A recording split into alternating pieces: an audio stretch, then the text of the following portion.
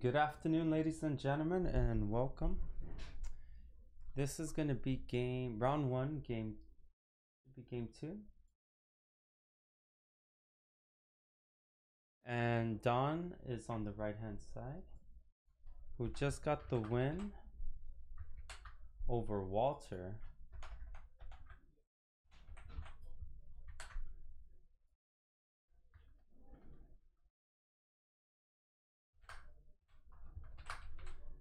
We have Ad Nauseam versus, I believe it's Burn, and he got game two. So the first game was Burn versus Ad Nauseam. Unfortunately, we couldn't get it on camera. We were setting up our new system, but we are going to get a different game on right now, which will be Casey on the left hand side.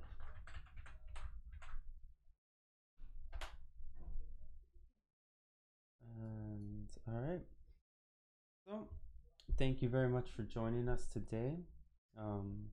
It is Friday night, and I have to fix that round 4.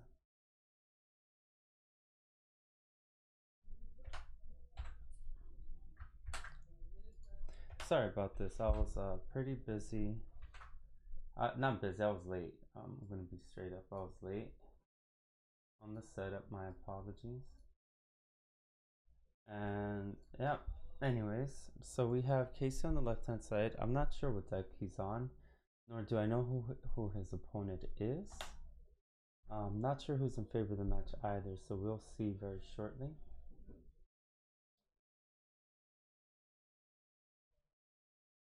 And I forgot the live totals as well, so.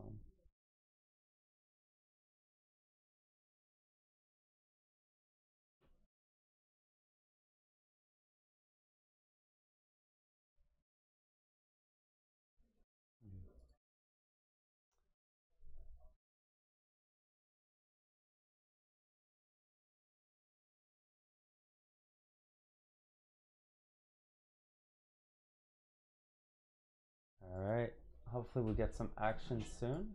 Thank you very much for waiting patiently for this round to start. And both players are at 20 live.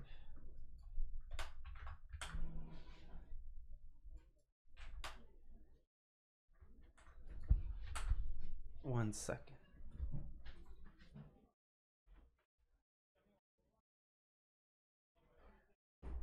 So D2 is our player number 2. I'm sorry, D, that's with 2 E's. And he will be on Bant Spirits. Now, for those of you who aren't familiar with Bant Spirits, they have a kind of aggressive strategy where they can get on you with either Aether Virus or Cocos. D2's using Cocos in his build. It looks like I believe that was a Settle the Wreckage. I'm not really too sure what card it was. Yes, it is. And we have Casey. And Casey, it appears, is he on Jund? Could be on Jund. So in this matchup, it looks like he is on Jund or Abzan. This is the Phantom. It's the M19 Phantom. He's the reason this deck was made, so pretty excited that, you know, Spirits in general got a nice little deck, and he's going to go in for 1, bringing him to 19. And D2 is at 18. So he's playing a Transverse deck, so it's I believe it's like an Abzan Transverse deck. It has Siege Rhino, so in the later game, I think overall these decks are pretty balanced. I think D2 does have the advantage because you can go in the air, but Casey does have card disruption that can help him get rid of cards like Coco, even some of his better Phantoms that get hexproof. Alright, so he draws into a land, he has a Lily, has a Damnation in hand. So Casey really showing off his Jund sideboard here with that Damnation. The question here is, do you play Lily minus it, force him to use a Coco, force his hand out a little more. Especially if, let's say, if Casey gets the Lily under spell color, after the Damnation, it will definitely be a better tempo play on Casey's part. And looks like he's gonna go for the Lily with a fetch shock.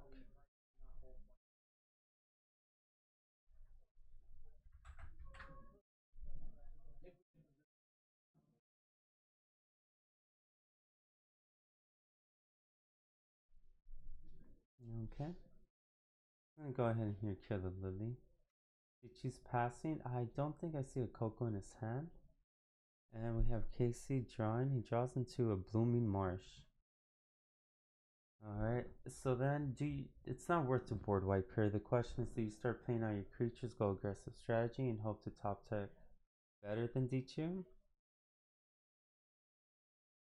We're gonna see a Fulminator Mage. So the best land to cut him off will be the Breeding Pool. Definitely cut him off his green source, and he's gonna do that at the upkeep. And with that, D2 exposed that he does not have a collected company, and that really relieves Casey. Now drawing the Erupted K is nice as well, so maybe it's time for Casey to go in on the big creature.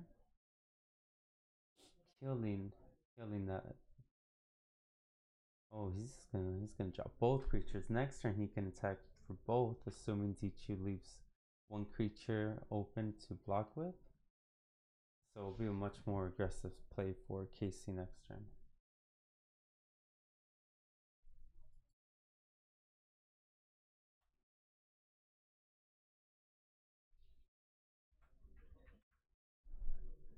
Okay, and D2 missing land.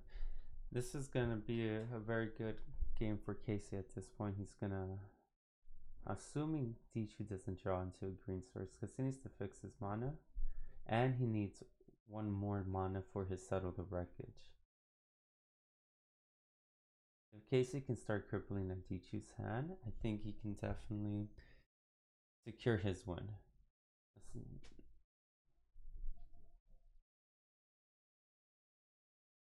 Okay, so he's gonna block and path his own.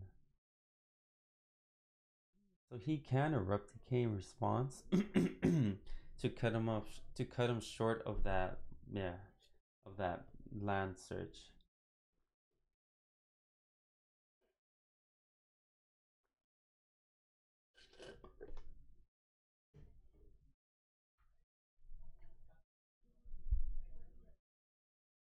I think it gave him Hexproof so that his Erupt Decay won't target him.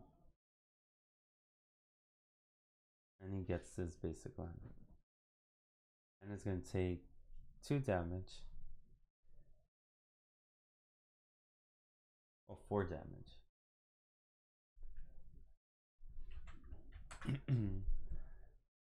And now he's going to start digging for answers.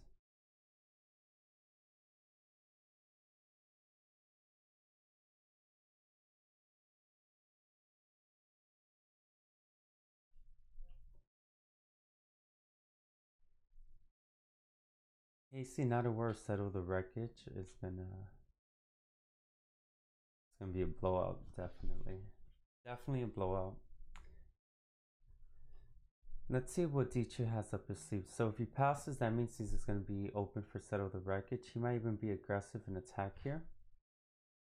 But yeah, it's another path. The Settle the Wreckage is the card he wants to play next.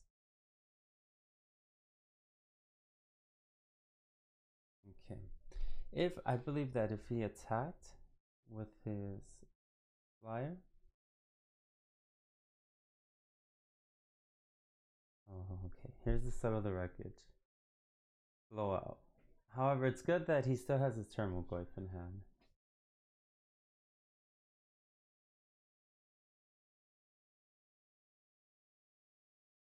Yeah, it's a tough situation for Casey. That's a big big play on D2's part. Getting himself 3 basic land. 1, 2, and only 2. And then at this point now he's just ensured that his path to Exars are pay 1 white, exile target creature. Another good thing about Settle the Wreckage, it really just gets out all those basic lands from their deck.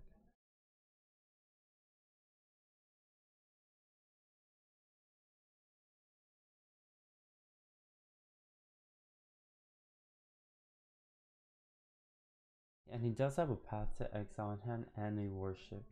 I think he's just gonna play his other spirit next turn and path at the end step. And he draws a Reclamation Sage, which isn't doing it for him right now. Here's the path. He will take the path.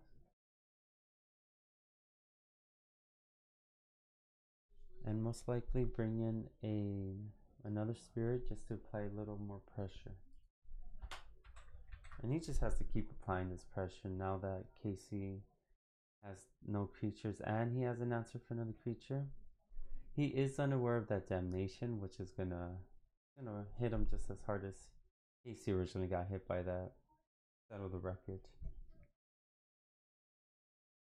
Okay, here's the second spirit.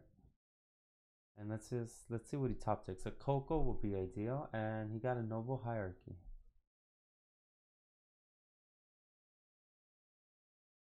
Where's that Coco? Oh, it's gonna play Worship, but he did draw a Noble Hierarchy, so he's gonna bring him down to 7.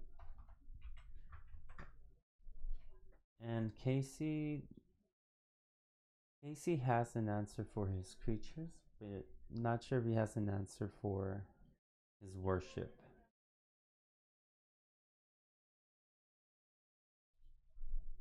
And Walking Ballista taking care of those spirits.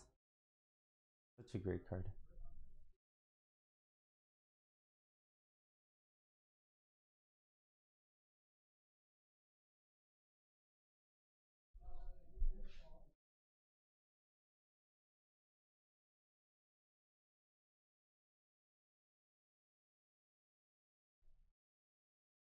Now Walking Ballista putting Casey in a very controlling position now. And since he has so much mana available to him now, he can really hold back and just pump his creatures.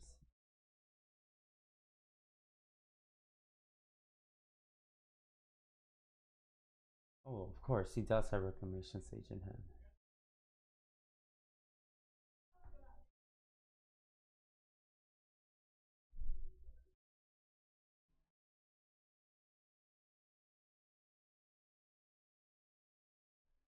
And very wise for Casey to not only to use that last counter to do damage to Dichu, but also ensuring that it goes to the graveyard.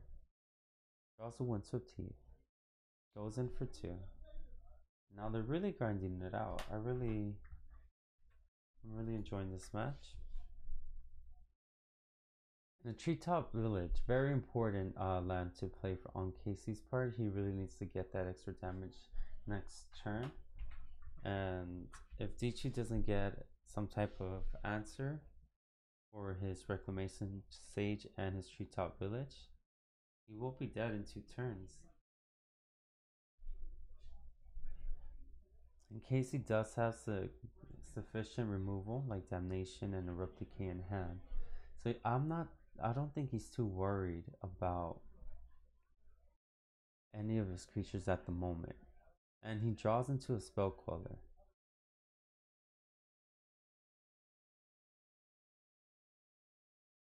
Not Spell Queller, the Captain. So it's an Anthem effect. He's going to go ahead and pass with that. He's going to go ahead and he gives other spirits Hexproof, but not himself, and gets Erupt Decayed. And now Casey's going to be able to come in for 5 damage, bringing him up 4. Alright, and a Maelstrom Pulse in hand. Casey drawing all the removal he needs to have the board clear for his next attack. And I believe he does draw into a Coco. He's going to play Noble Hierarchy, and I believe that's a Coco.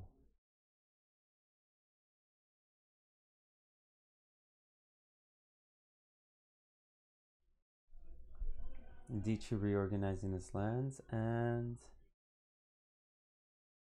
animate. I think he's gonna Maelstrom Pulse the Noble.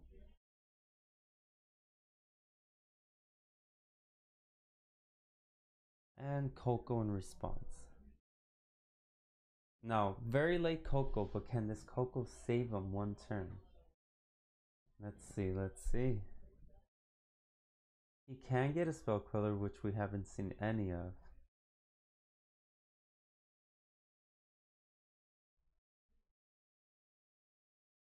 So he does draw into the Spell Queller. And Coco saving him.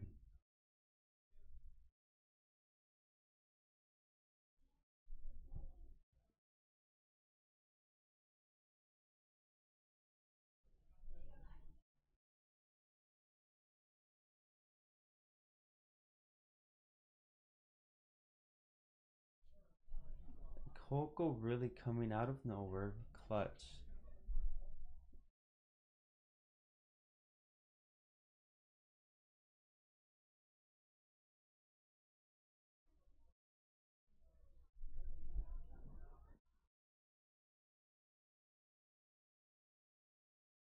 He does hold the path to exile, so he can path the Spell Queller to Maelstrom Pulse. Oh, but he can counter it, so it doesn't matter. However, he can use it to 2 for 1, regardless. It's still 2 for 1.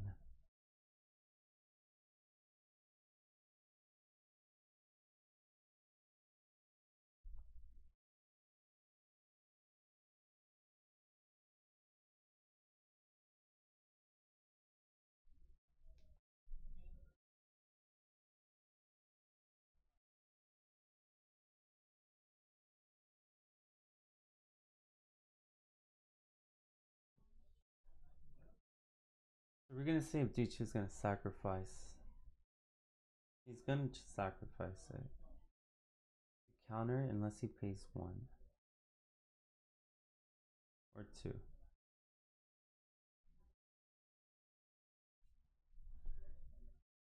Bringing Casey down to 4. So now both players are at 4 life. He's paying it. And I would have just let him cast his Maelstrom Pulse. I wouldn't have countered it. I would have just let him play it and kept my creature. That's what I would have done. And he is at 2. Casey could even path it. Oh, I see. He was gonna counter the path to exile. Yes. Oh, that was tough. All right. And that's game. Good job, Casey. Did have a damnation, but the whole game he did not he wasn't able to play it because he had flooded his board with just as many creatures. So it was a really nice little brawl happening. Alright, and it looks like this one was Casey's favor at 2-0, I believe. Good job, Casey. And that's going to do it for round 1. So far, we have Casey's... It's not Jund. I had Jund the whole time. Abzan. We've had Casey's Abzan deck. Very grindy deck. Can get there with Grimflers and Goyfs. Really beat your opponent. And I do believe he also has the Siege Rhino in there. Maybe some Shambling Vents. So it's a pretty cool deck. Not sure if he's running Lingering Souls. We didn't see any Lingering Souls, but there is Ballistas and Mishra Baubles. Path to Exiles as well, great card. And D2 Band Spirits, another great card. Love to see Settle the Wreckage on the sideboard. I think it's such a blowout card. Very good card there. Worship good as well too. Casey having Reclamation Slage at the right time. It couldn't have been he drew it a turn before. However, D2 already had the Worship in hand, but he drew the Reclamation Sage a turn before he played it. Oh, guy's the same tapped as well. He's very aggressive creature. So I forget he is a spirit. And for 3 mana, giving 6 power is pretty good. Especially with a 4/4 flying. So for the most part, 4 of it will do damage. Alright, thanks again for joining us. For those of you watching, we do have Friday Night Magic, and we have Monday, I believe it's standard. Wednesday is modern again, and Thursday is legacy. So please join us there. We do stream some of them online as well, and most likely the Monday and the Wednesday ones. Wednesday for sure. So yeah, please join us here. And we got Shocklands reprinted in Ravnica. New one. What is it called? Guides of Ravnica. Oh, yes. Let's see.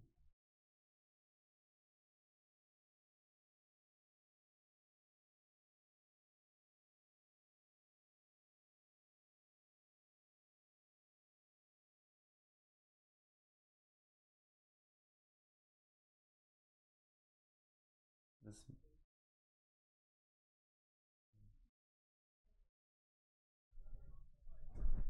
Look at the top 2 cards of your library. Put one of them into your hand and the other into your graveyard. Yes. Raw Izzet deals damage to target creature equal to the number of instants and sorceries you own in exile or in your graveyard. Oh, that's good. That's real good. So he still lets you. He's never gonna be a death. Like as long as you play that spell, he gets out. So that -3 ability is still happening. You get an emblem with whenever you cast an instant sorcery spell. This emblem deals 4 damage to any target, and you draw 2 cards. I serve Magic to like if they don't make destroy target emblem, soon it's gonna be broken. Especially for Commander. What else we got here?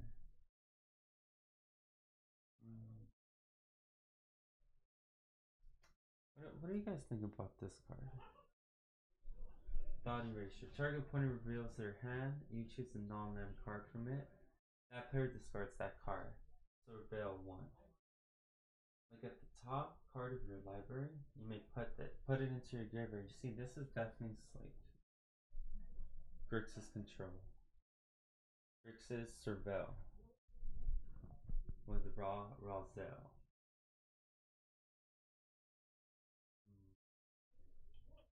That's good for standard. Grixis control and standard would be nice. I don't know about this guy. I like the jellyfish. I don't think this will get too much. If anything, like people will try to make it good, but in Commander, definitely.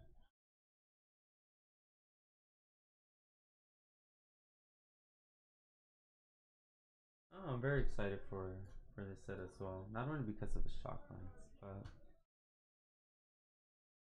because look at this guy. I'm just disappointed this guy's not legendary. The Lich, he's not that good, but I would like him as a commander. He's like a very, very cool guy to have. And you can protect him by paying for life. Like that's something you can abuse in commander. Minimum 10 times, and you kill yourself on the last one.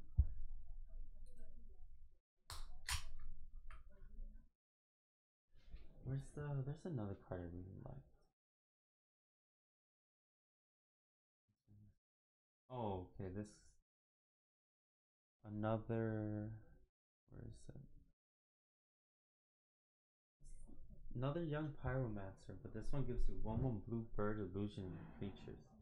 Which is good because it gets around Maelstrom Pulse. But that's the only thing it's good for. And it's a 4-drop, so most likely won't even get played. However, it's very good and limited. And then these guys, I don't know. don't know how I feel about this. The art is awesome. Look at that. It's a fairy. I really like this raw. He's really good. They're ready though. Oh man. Duretti's cool. Like it looks like he's at a rally, like at a monster truck rally.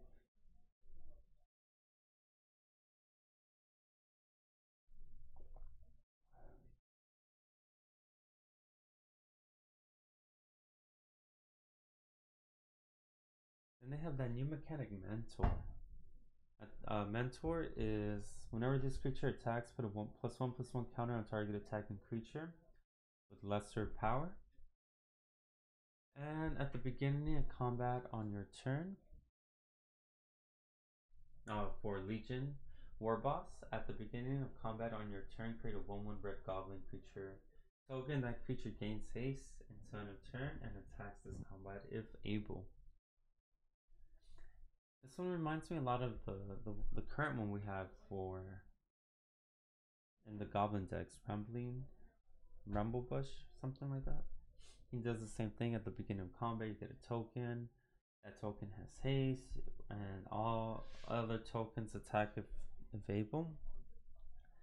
Which will, if with this guy in here, will make it a much more gold wise strategy. But I think you have to find a balance of them too. You won't be able to run too many. And this whole mentor technique, we gotta see what else they're gonna make.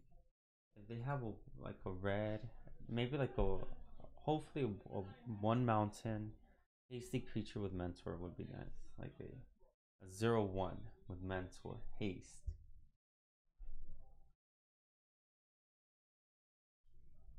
Or maybe that might get out of hand. 0/1 haste with mentor.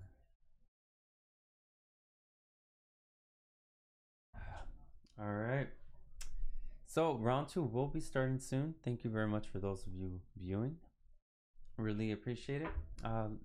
Let me know what do you guys think about this right here. What happened? About thought erasure.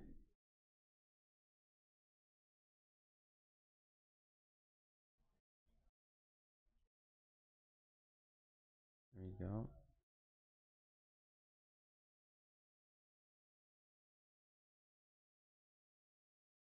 All right.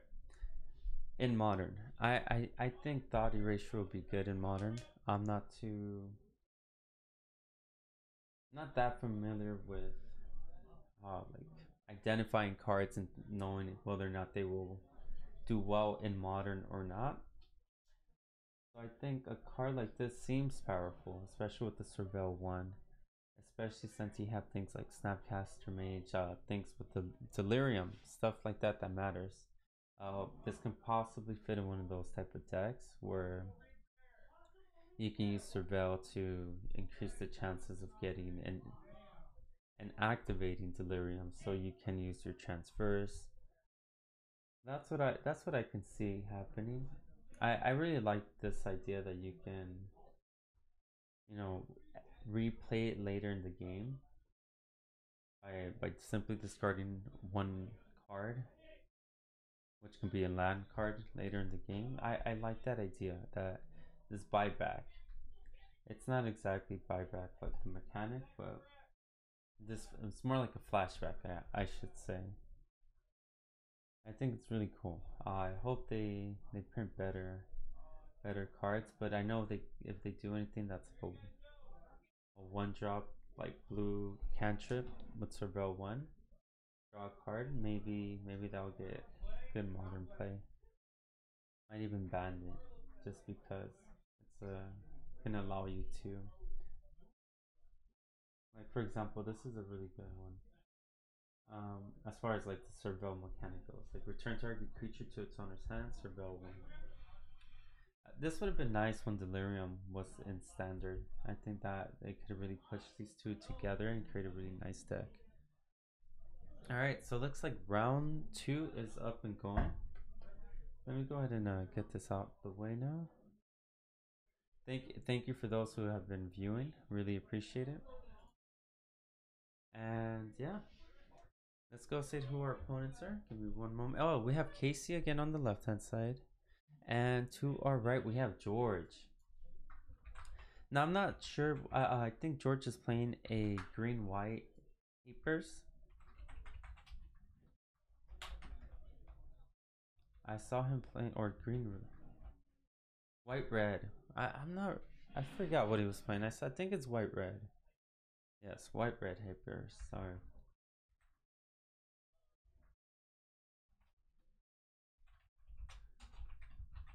I saw him playing this deck earlier, and it looked nice.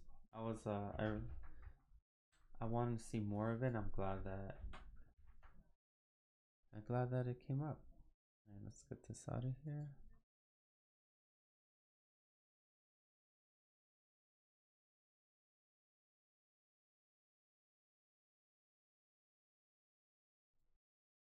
All right, we are now game number 1 of round 2. Let's do this. All right, so again we have Casey on the left with Abzan. I'm excited to see this matchup as well because we did see how well Casey managed to play against Banned Spirits, where I thought that if Banned Spirits got the head start, had the spell colors, they could have taken advantage of the game easily. Now let's see how well it does against White Red Hate Bears. And Georgia, he usually streams with us on, he usually streams on Friday nights, the day he felt like getting his competition on. So good luck, George. Good luck, Casey. And let's see what you draw. It looks like Casey has Grimflare in hand, along with Windswept Teeth, Lingering Souls, and I believe it's a Thoughtseize. Liliana, Alright. And George, on the other hand, has a Path to Exile, 2 Path to Exiles. A lot of foily cards. He's gonna mulligan. I know George runs cards like Thraben Inspector that generates him 1 clue that he can later sacrifice in the early game or in the later game. So Thraben Inspector, as it's really nice cantrip, he can also blink it. He also runs cards like Pia and Kira. I'm not sure if that comes from the sideboard, but also a very good card to have against Casey, who will be using Edict Effect.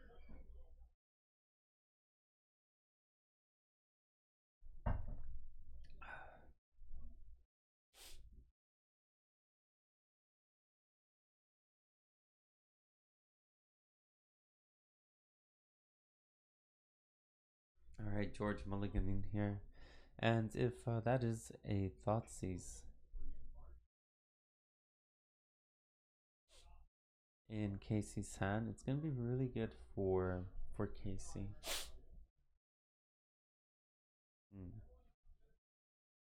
Oh, this is a bad way to start the game, but the more he mulligans, the more Casey's in favor. Abzan will definitely overcome his hand very quickly.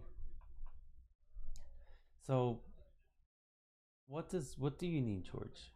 You're playing White Red Hate Bears or Prison. I'm not sure of the two.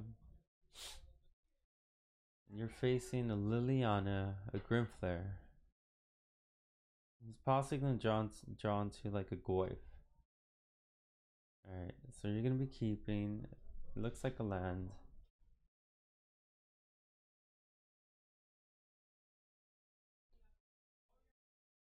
I think he's looking for white source. Mountain Gome. Oh, that is an Inquisition of Kozilek.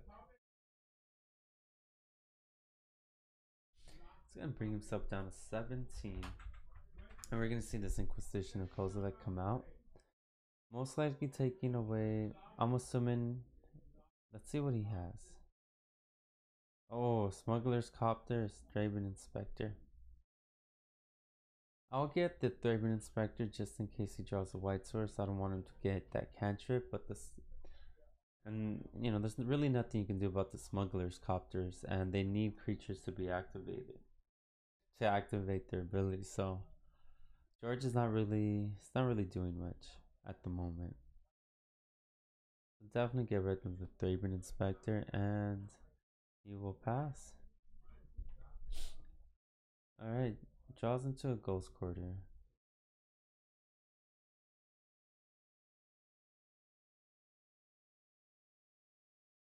So look at that hand size.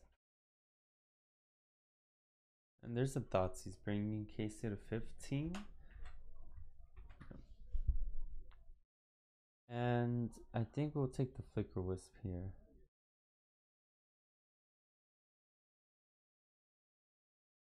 He can't cast those cards regardless for the next, let's say, 2 turns, assuming he draws two lands, 2 white sources. There's one.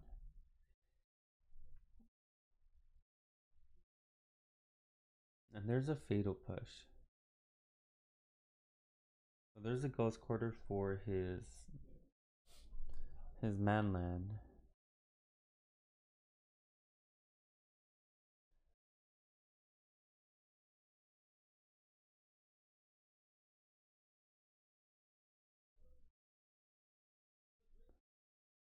So there's a Lightning Bolt that can take care of that Grim Flare.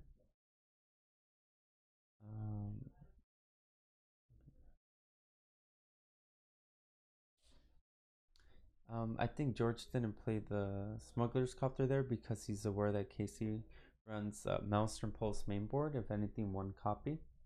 And that would definitely set George back.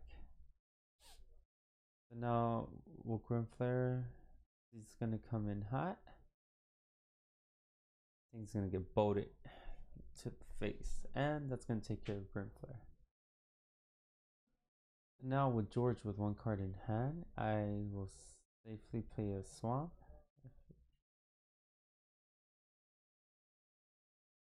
And he played Lily this turn. If he can play Lily, then he can play Lily plus her and just get rid of the last card from George's hand. But it looks like it's a Blooming Marsh.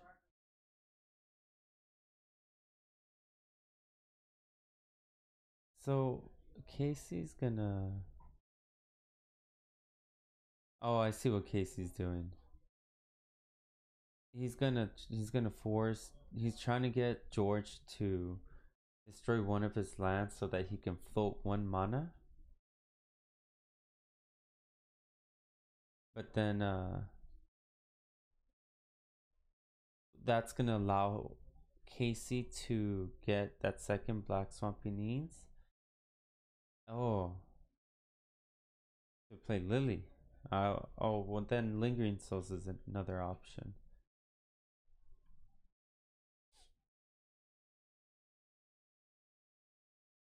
I was thinking Lily discard the Lingering Souls. Oh, and then he can do that as well. Coming untapped. Wow, very good play on Casey. Very good play.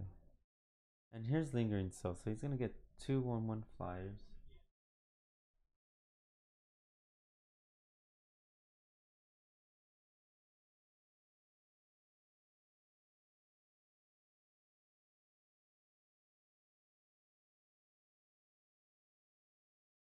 Here's an Inquisition, and we'll most likely see a Smuggler's Copter being discarded here.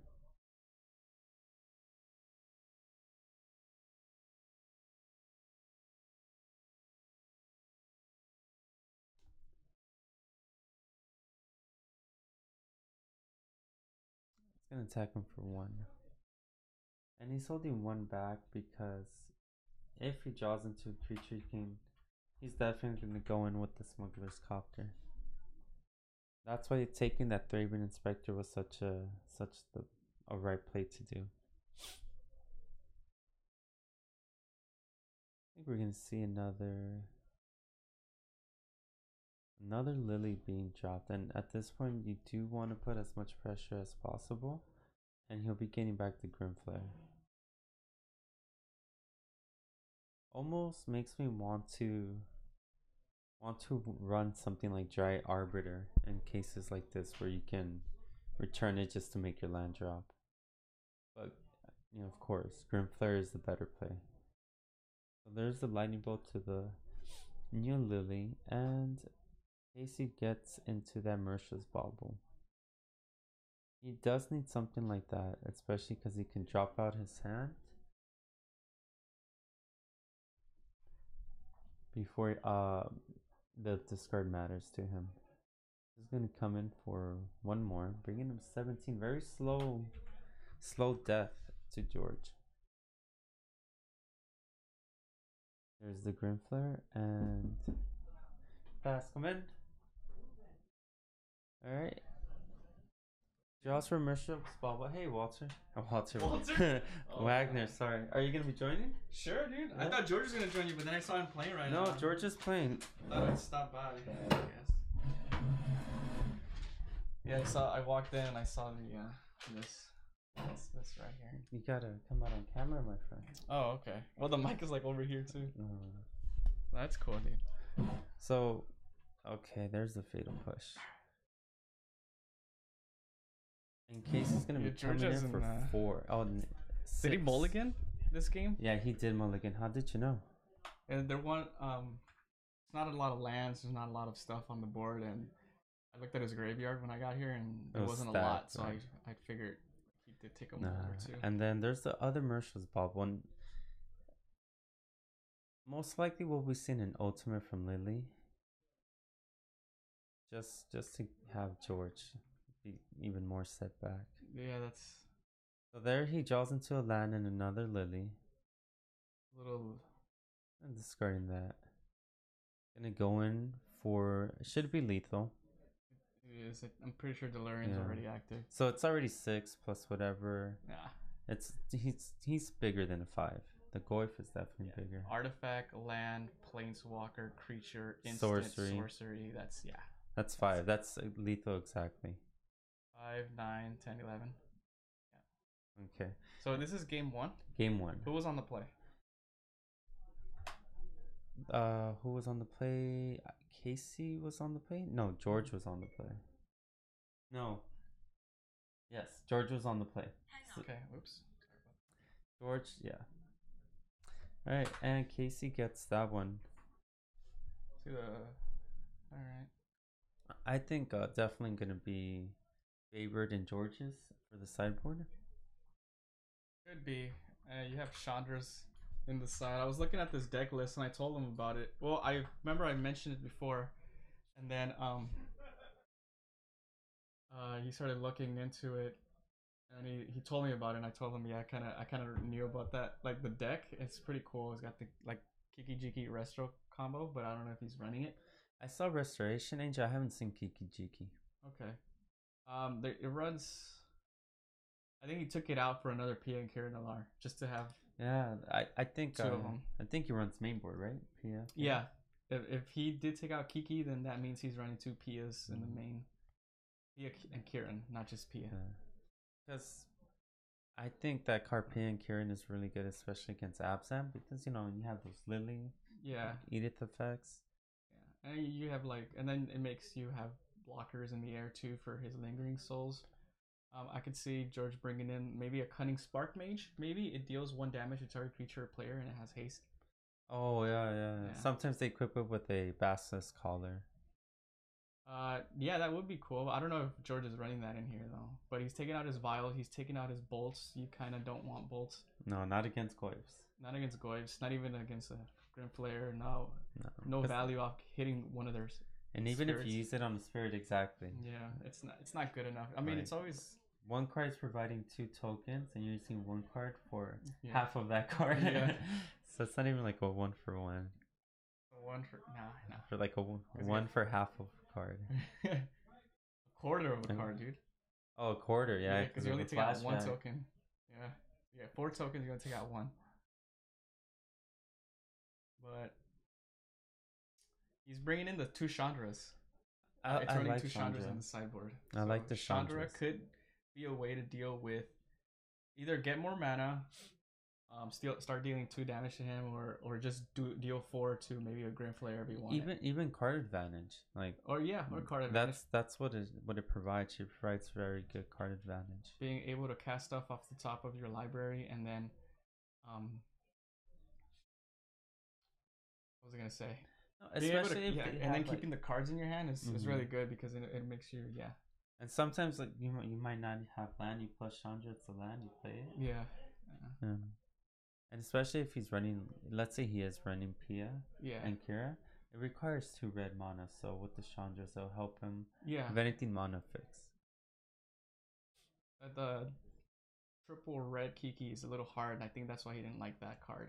It is hard, especially even for Kiki court decks. Yeah. Because I mean, George, it's technically like a 3-color deck, just because of the white, red, and the colorless from the Ghost Quarters and stuff. So I can see why he would want to cut it. Triple red is just really hard. Yeah, triple red is tough, especially because you want to run that hate burst style. If you add Kiki, I think you have to get rid of the whole Ghost Quarters. You just have to focus on a faster way to getting them out. Yeah, and the first thing that go are the Aether Vials. They're really like, they can be easily removed, and it's not really another creature. You'd rather have more threats. You're increasing your threats instead of more things for Casey to answer. And I'm pretty sure Casey's bringing in nothing but more removal. He probably took out a few discard spells. Maybe a Damnation. Yeah, I'm pretty sure he probably runs one. You know what? I don't know, because his is Abzan Traverse.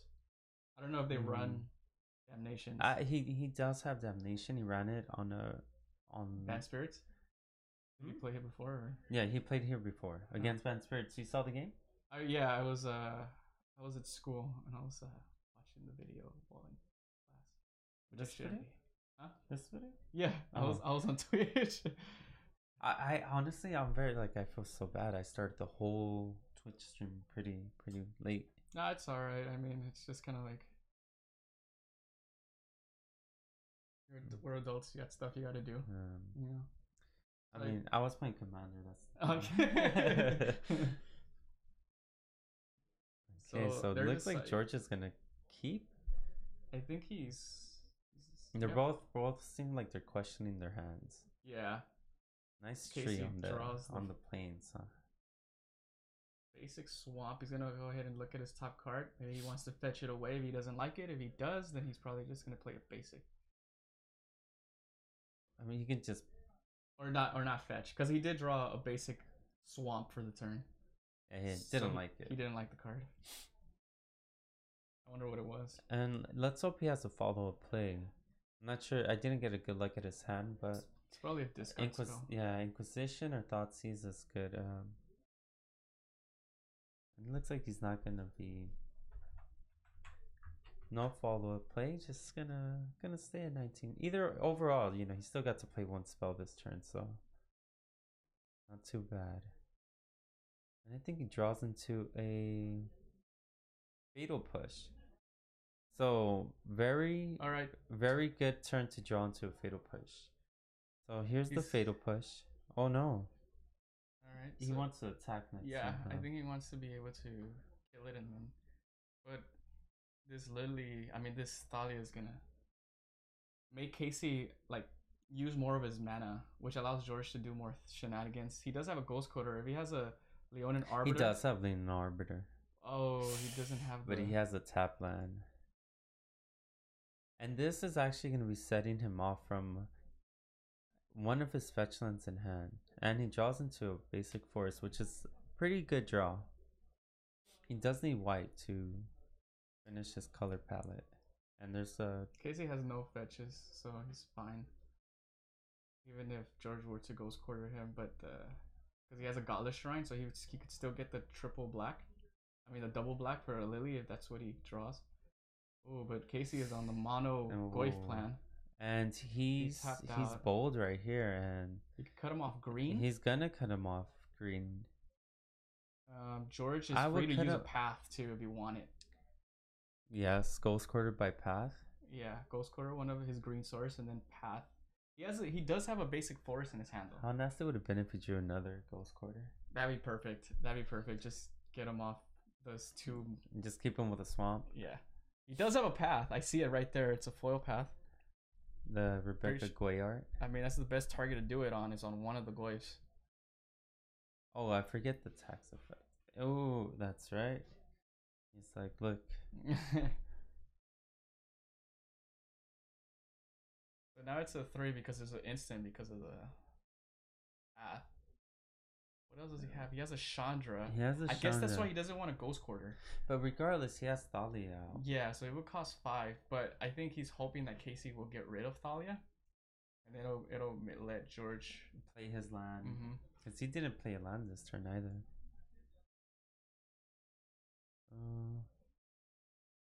Let's see 3 coming at him. He says I'll take 3. And it gets pushed. So now he really needs to draw that Chandra. No, Chandra deals 4 damage? 4 damage. Okay, so this Goyf is alive, and this Grimflare is a 2/2. Yes. And he draws into the land. I think it's a path. Another path right now. It's gonna go ahead and offer the trade. No, I guess not. That's a Flicker Wisp. He still hasn't drawn that 4th land, and that's gonna be the. He's gonna go ahead and attack. He knew he was gonna take the damage. He has 2 Chandras in hand. That's the thing. And no mana to play it. No, he has no double red. I guess he was hoping to trade off his Leonin for a Grimflare. And so if that was the case, he shouldn't have attacked. He should have just held it back and then offered it as a blocker. Yeah. I think he was gonna try to do the Field of Ruins, fix his mana. Yeah.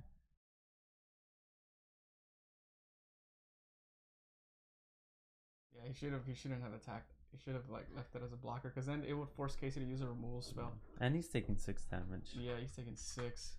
And now he's gonna be delayed that 1 turn from now. I think he has a Resto. Is that a Resto? In hand? Yeah. I know he does other. So this is before blockers. Resto. Target Leonin. Does he have anything? Oh, so he can still potentially do something like.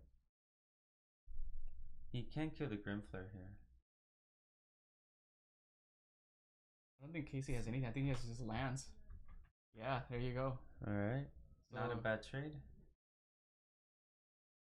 Yeah, it's just pure lands after this. So at this point, Thalia did her job. He has another Resto. He just drew. Oh no, is that a Flicker Wisp?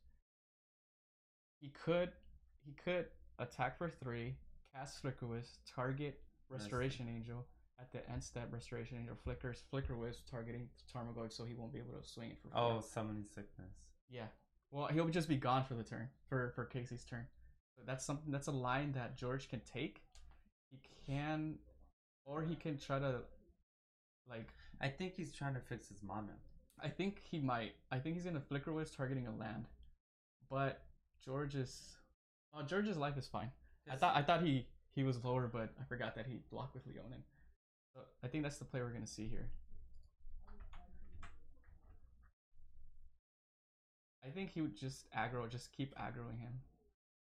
Instead of focusing on casting Chandra? Yeah. I mean, Chandra will come, maybe you want to do the beating down plan so then you can finish him off with Chandra.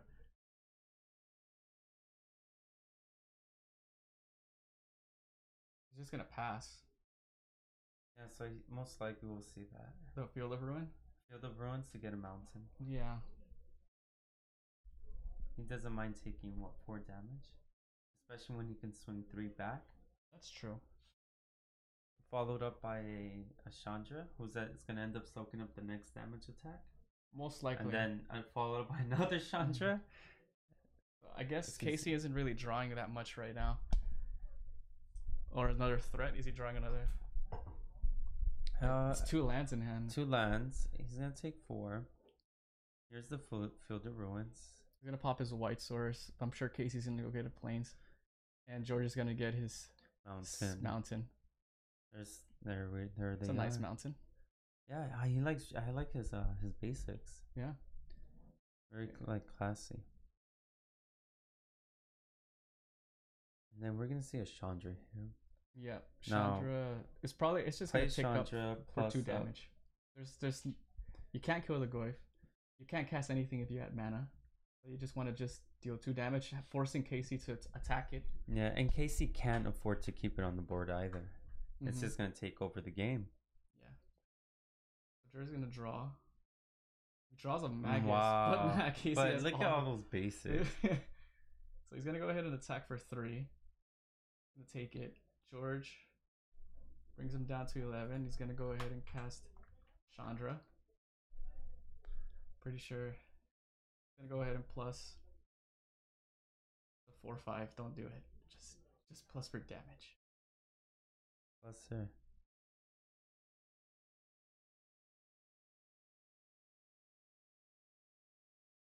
Just reveal the top card. There's no need to. Yep. Reveal the top card. Okay. Take 2. It's exile. There you go. And now that way That's a problem for Casey because next turn Casey can't win this race now. No, it's it's a collective brutality. Good card. But I don't know if it's gonna do the not job. good enough. Yeah. It can't target his other Chandra. I think he's just gonna discard 2 lands maybe. No, he doesn't need to do -2. So he's gonna drain him and look at his hand, I'm pretty sure. So he's gonna go back to 11 and he's going to 10. He might just that's makes him a 5/5. So no instants or sorceries in hand. So I think for the next turn, George is gonna have to be forced to use the Flicker Wisp on his resto, so he won't be able to use Tarmogoyf for the attack. And then let's assume because this is a 2-turn clock by Casey. If he doesn't attack the the Chandra. The Chandra. He can't choose Chandra.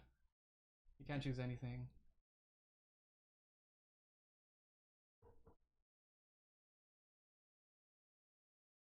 He did bring him on a turn 2 clock, but like you said, if he does the Flicker Wisp thing, if he doesn't see it, so he's choosing him. He has 2 Flicker Wisps, so 2 Flicker Wisps can potentially buy him 2 turns. But that's only if he sees the line of play. Yeah, I'm pretty sure it's his only out. Like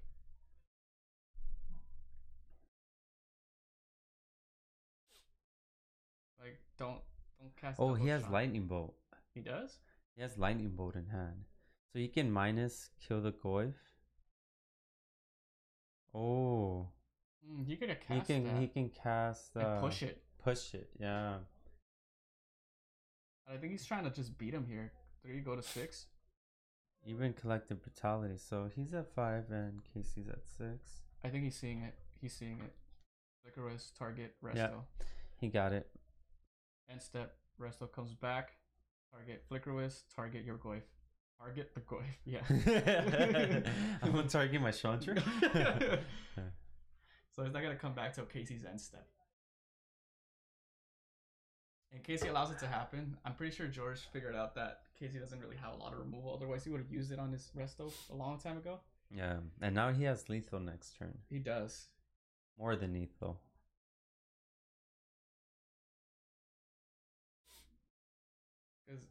Yep. Yeah, he sees it. All right. That's pretty Game good. 3. Good comeback on George's side. Yeah. That Chandra really helped him get there, but it's just those flyers. Casey wasn't able to get any of his own lingering souls, so to block. George was just able to dominate the air because lingering souls can take care of those Flicker Wisps. Yeah, easily. That's the thing. It's kind of like it allows them to defend those block from resto, block resto and Flicker Wisp, while he gets in there with Tarmogoyf. Sure. So Goyf got that butt. Yeah. Big butt. So I know Casey also runs Walking Ballista in his deck and Engineering Explosives. Do you think that's Oh, it looks like he's taking one out. I was gonna ask you, do you think it's good for the matchup or is it a little meh? I feel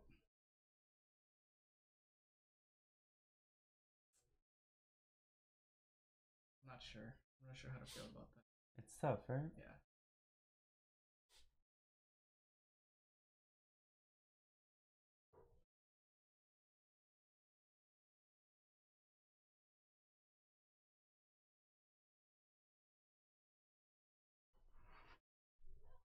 You run red mono red or red white in Legacy? For what? Or Legacy, you run Oh, like a red deck, right? yeah, Mono Red Stompy, or which I also have like the version of Mono Red Sneak Attack.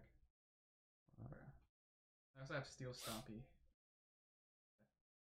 Feel something. Yeah, I just like Stompy decks. I prefer locking people out rather than forcing force of will. Yeah. It's just like Chalice 101. Like, go ahead. in the kit. A lot of decks have Brainstorm. And you Hell punch yeah. those decks. Yeah. Yeah. Lightning bolt. Like Ponder, Preordain. Yeah, yeah. So it really hinders a lot of those decks. Nobles. Yeah. Birds. Swords. Swords. Nobody runs path. Not in Swords to Plowshares is the path for Legacy. It's the path. And then you don't do like 4 swords, 4 paths. No, you never see that. You for Death and Taxes, you see 4 swords and then maybe 1 or 2 paths in the side for like decks that don't run basics. Okay. So it's kind of like, oh, I'm going against this deck, and you can replace like life gain for it becomes more optimal. No, I feel like most of the time you just bring them as additional removal, not just like substitute. What kind of deck would that be? Like a Shantel? No, just like Grixis decks, like Grixis Delver, if that still exists, or Rug Delver, because they don't Rug Delver. I don't think it runs basics, and bringing in Path against their Delver or their Tarmogoyf is really good, because then you path them, but they don't get a basic because they don't have any. George taking a mulligan here. Casey's keeping a 7. And Casey's on the play, so it's a little hard because George needs those cards. The card advantage and Casey is dominated. Yeah. If he rips his hand apart. Especially if he has that turn 1 play, which I know he has 2 baubles in hand. He does? He has 2 baubles. 2 cards. Nice. Not bad.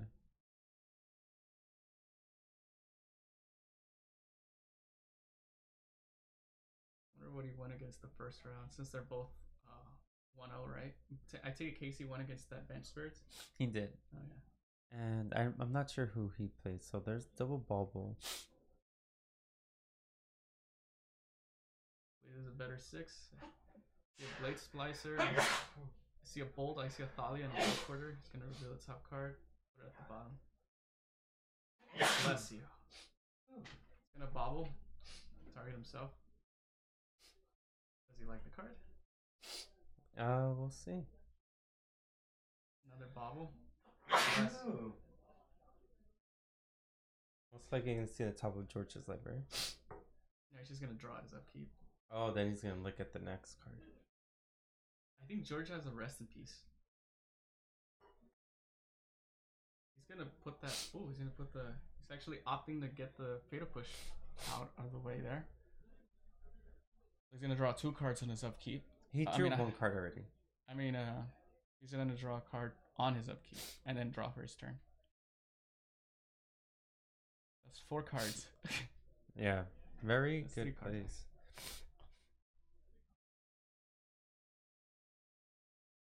He has a Fatal Push in hand. And draws an Erupt Decay. He draw for his turn. What's his draw for his turn? Windsoap Heath. He's gonna go ahead and play it as his land. Probably run out this Goyf. Start the beats. But George might have 2-3. Yeah, artifact and land.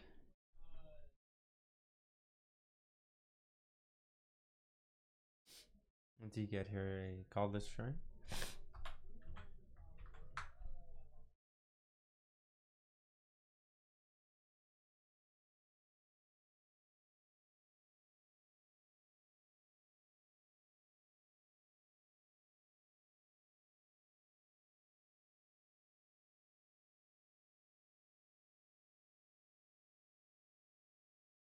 This is a bolt. Bolt target Casey. Oh, Casey. Oh, he has a Rest in Peace. That's why he's not worried about this Tarmogoyf. Trigger, everything's exiled. But Casey does have the Abrupt Decay. Oh, he drew an Inquisition of Kozilek too.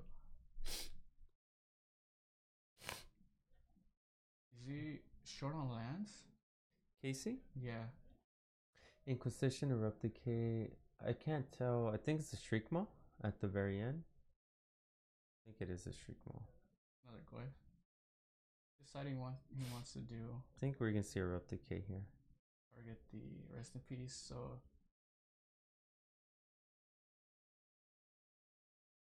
it's a 1/2. He's just gonna pass the turn. So Casey did miss a land drop.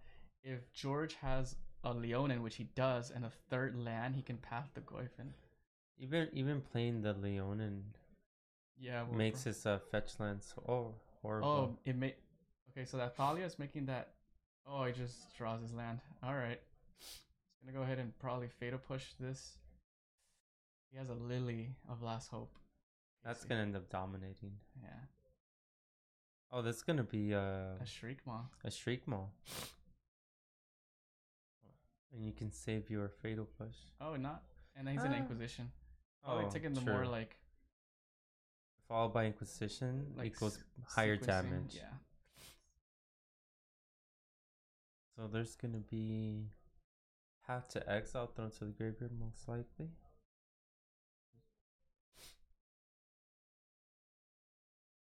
Yeah. So then that should be a 3. Creature, instant sorcery. So it's a 3, yeah. And swinging for 3. 16. Oh, he draws a Sacred Foundry. But the thing is that Lily's coming down next turn. Yep. He's gonna get rid of the Golem. I mean, pretty sure he's gonna bring down the. Oh, we drew a path too. He's gonna Lily kill the Blade Splicer and then attack for 3. That's a line he could take. There's also Shriekmaw. Shriekmaw can't target non-artifacts. Can't target artifacts, right? Cannot target artifacts. Yeah, so he can't target the Golem. He has a Renegade Rallier in hand. Has no permanents to target. What's the Shriekmaw, Renegade Rallier, Lily, and what's the ability called?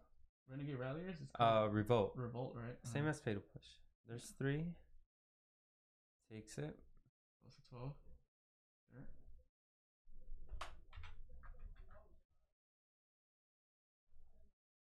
What are the cards in George's hand? Flickerwis. There's Lily, gonna kill the Splates. Yep. Go to 4 on the Lily. He really needs to draw into that path. Is that another Rest in Peace? I think he drew another Rest in Peace.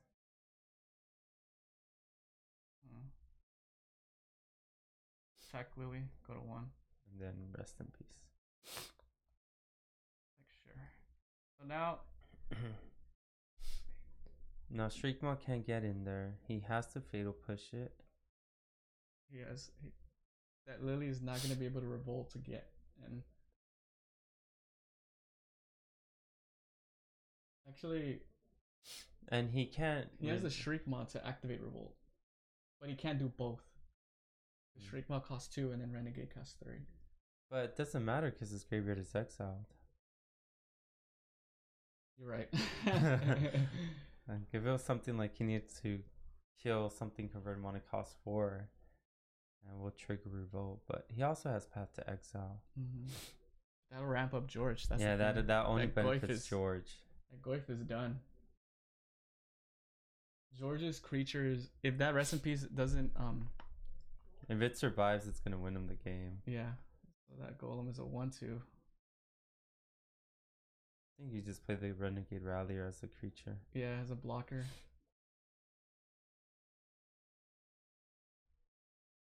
What he could do is he could just Flickerwis targeting the Renegade Rallier and then swing in for 1 on that. But that Lily is creating a problem. He can force Casey to block with his Goyf, getting rid of the Goyf.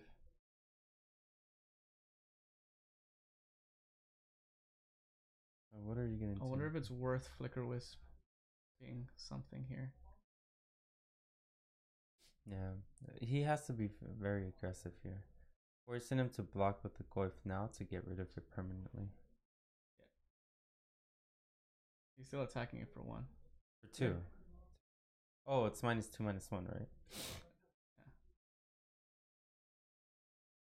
Gonna lose the Goyf.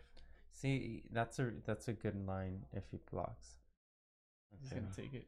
Yeah, I don't think it was worth KC. Like, if he were to block, it would definitely be his win.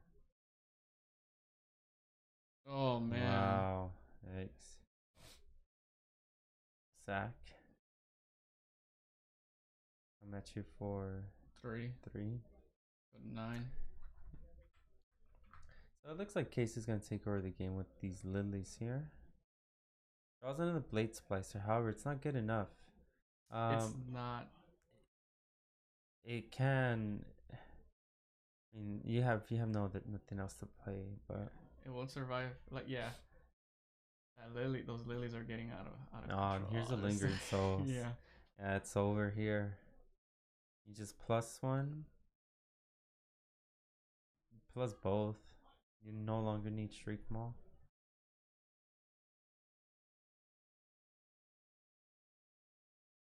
That's like the worst card in your hand now.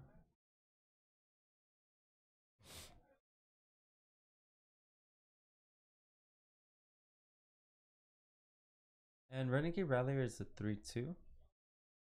He is. Yeah, so then I don't know how I feel about giving George a land. I'd rather just force him a block, getting rid of the golem. Yeah. And I'll lose my Renegade Rallier.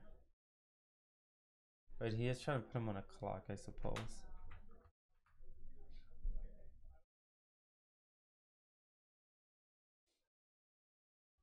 I guess he's holding off his Shriek Maw for his Thalias. Casey didn't plus on that lily of the lot. Because Shriek Maw and Path of Exile in hand, and he wants to keep the Shriek Maw for Okay. or as an additional removal spell. But I feel that if you plus Lily, it becomes your additional removal spell. Yeah, it does. And we do see a Restoration Angel. And with that board status, you could put double Leonins out there. I don't think it's not gonna do much. Yeah. So there's a trend. I mean, it's only gonna search for basic land, but Yeah. so he's gonna discard that. Lewin, alright. Tap for 3. I mean, he can kill it and have KC 2-for-1 it. The thing is, yeah, because then he. But he will just plus Yeah, the the lily. lily. That's the thing. I don't know if George sees that, but he's gonna go ahead and at least trade with the Rallier, so it won't present like a threat, and then plus killing it. That's 3 damage on it. Yeah, so he didn't see it. And here's Lingering Souls. That's gonna be a big problem.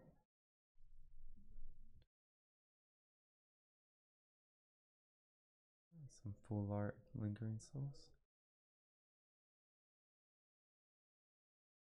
And another Restoration Angel in hand, but I don't think he's gonna beat these lilies. Not with those spirits are gonna be available to block. So maybe Casey sees that George is gonna have the same play. Probably.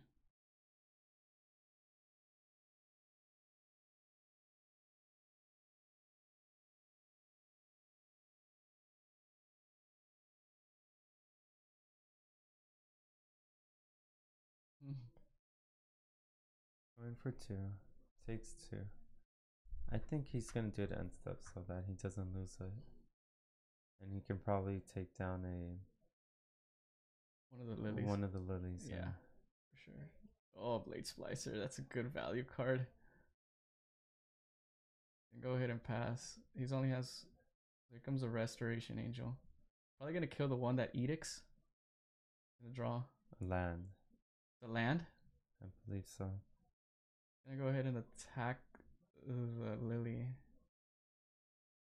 And he's gonna go ahead and pass. Yep.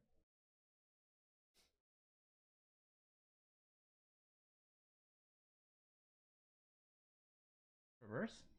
Yes. Back for 2. Gonna take 2, go to 2.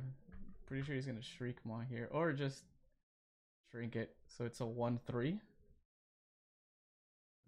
I think you oh, he's gonna get a land. Yeah.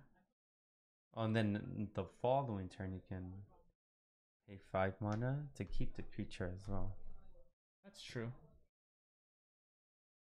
I mean, it's Because only there's gonna no do point one. of revoking it if it's gonna just if you can cast it for 5. Yeah. So he draws a second land. So these top decks I are think it's pretty a. bad. Wait, is that a Magus? It is. Oh, a it Magus, is my but too it's late. Just, yeah. He just got.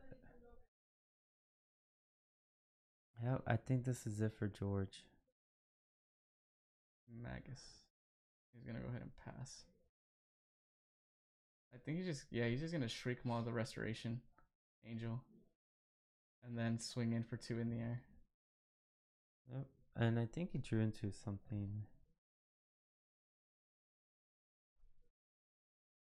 Fatal Push. So he can do Shriek Maw.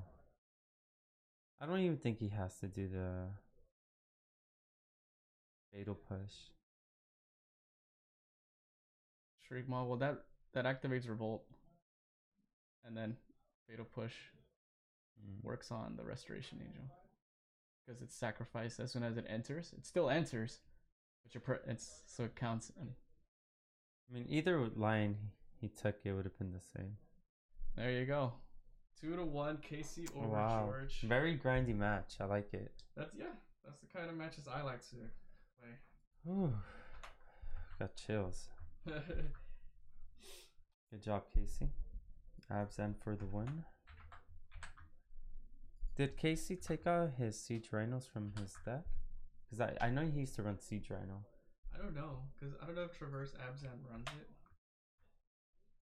All I know is that it plays more basic, so that's why I feel like George probably shouldn't have rung in the Maguses, but he did. And 2 copies isn't really something I would put. Maybe he didn't have anything else. Maybe. I like, no matter what deck is prominent, I never tried to leave out Mirran Crusaders just because of this match. Mirran Crusaders is that good? I love Mirran Crusader. Like if those Maguses are Mirran Crusaders, then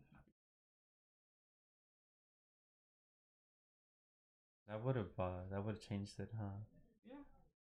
No, actually it wouldn't, because he still could have just Shriek Maw the Restoration Angel. Yeah, that's and true. Get the 2 damage across. Early game would have been nice though. Oh, nice. But yeah, it is correct to bring in the Chandras. They're nice. They're meant for these grindy matchups. Chandra's really good. I love that card so much. I'm gonna pick up a playset. After they rotate? Yeah. They've gotten down in price. Yeah, almost like $10, right? Yeah, dude. Such a good card. I want to get that. I want to get some Scape Shifts and some Crucible Worlds. Crucible Worlds? Oh yeah. Oh yeah. When I was at the GPLA, we were like, I was collecting tickets, and I ended up buying a box of Dominaria instead of a box of M19. I should have bought an M19 just because I know it has modern cards in it. Yeah, like the best thing you can get is like Teferi and Karn. Yeah, and I got a box, and Johnny got a box, but Johnny's the only one who got a value card. He got a Karn. I didn't get anything. Yeah, and also there's good value in the uncommons for M19 as well, like Stitcher Supplier.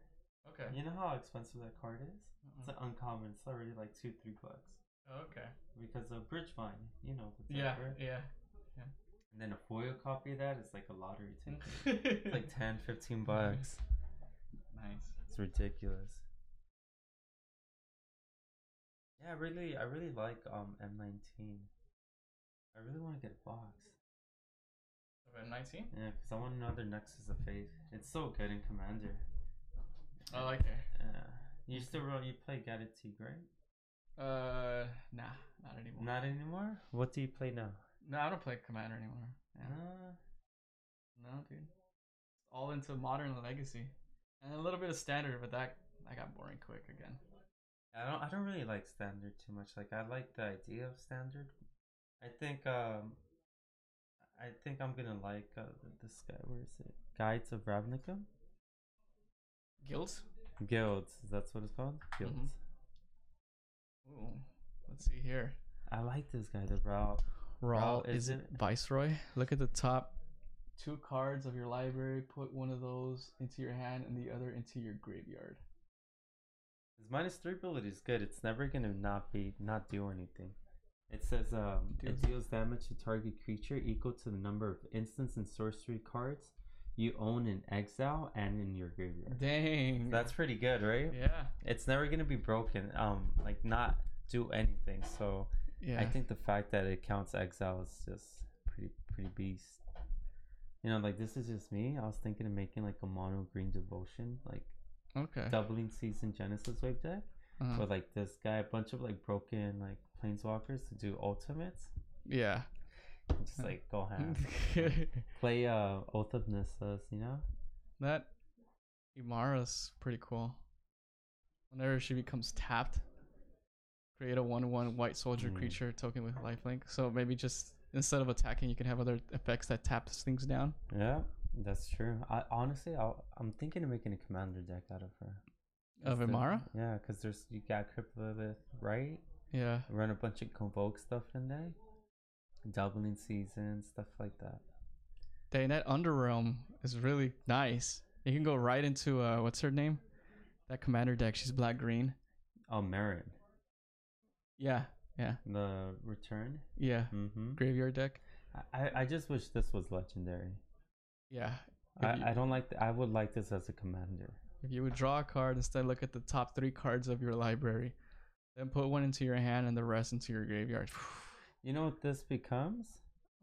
Like Brainstorm on steroids.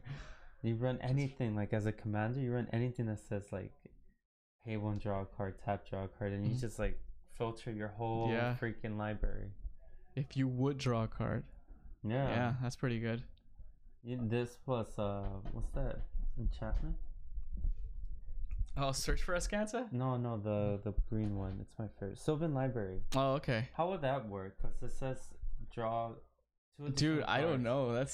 you can replace it with this. Yeah. So you're like, you draw 3 cards. Look at the top 3, put in graveyard. Draw, look at the top 3, put into your graveyard. Draw, look at the top 3, put into your graveyard, and then you would take 8 life, have to pay 4 life. Yeah, for each. Unless you put 2 of those cards back on top of your library. Huh?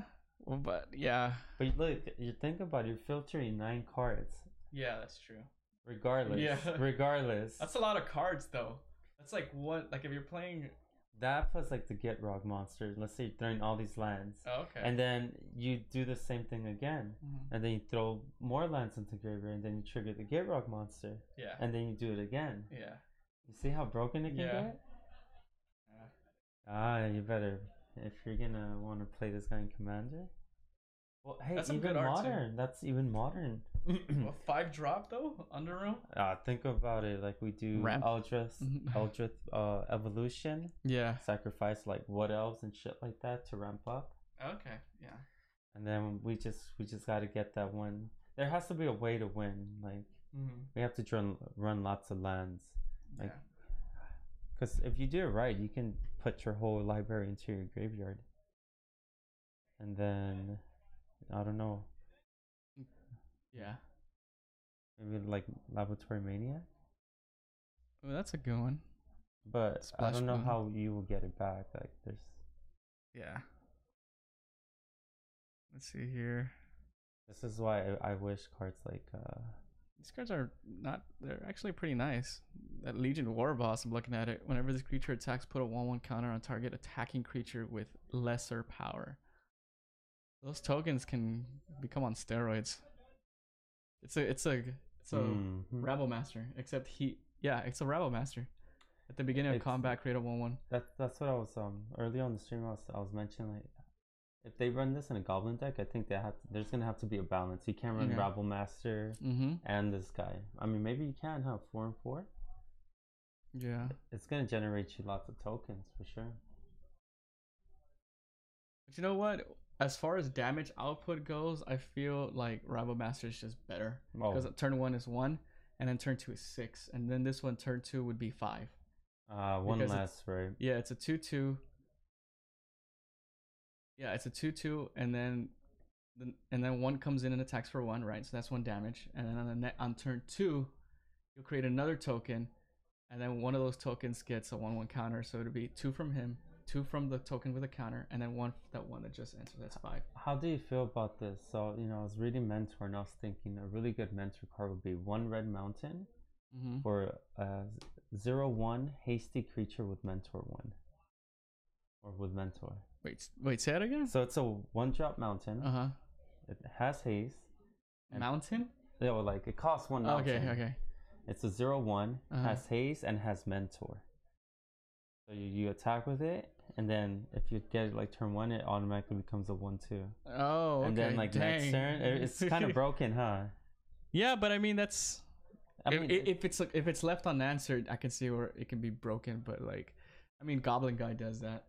You know what I mean? And so it's just like it's already a 2/2 for 1 mana. You swing in, or Swiftspear can be 1/2, and then next turn could swing in as a 2 or 3. Yeah, but the fact that you're able to, you know what I mean? Yeah, like that's put crazy. Counters. Yeah.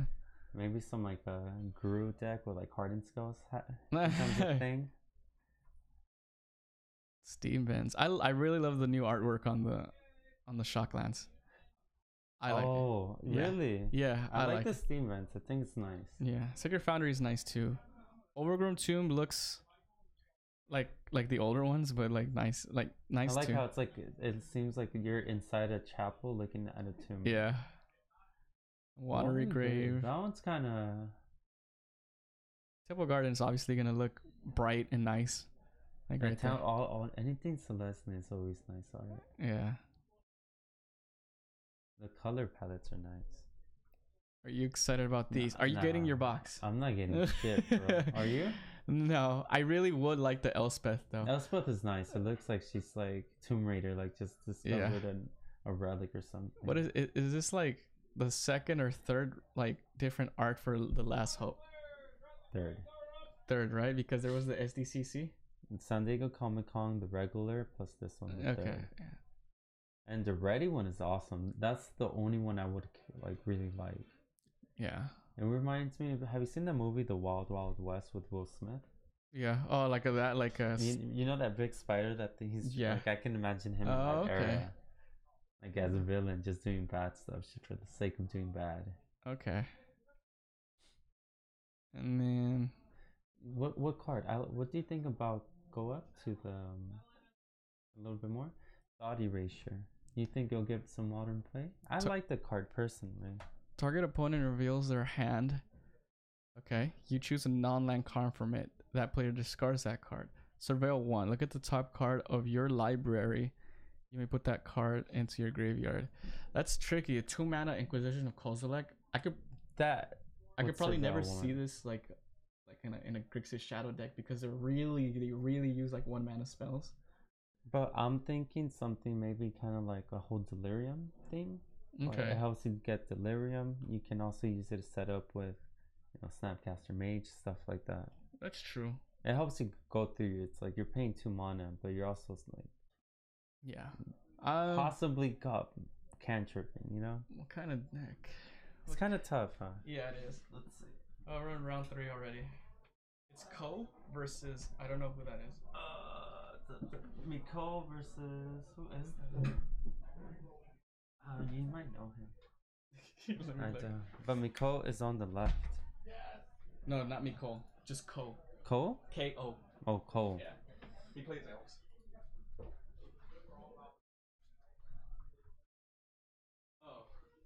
Oh, it is Miko on the left. It's Miko on the left and Ko on the right. Oh, yeah. I knew who Miko was. I didn't know who Ko was. Okay. Do you know he's playing elves? You say? He's playing elves. He plays elves in Modern and plays elves in Legacy. Just loves elves. What about Miko? He's playing Infect. Yeah. So I'm guessing both of these guys are 2-0. So we're gonna just see 2 combo decks go at it. Basically. Alright.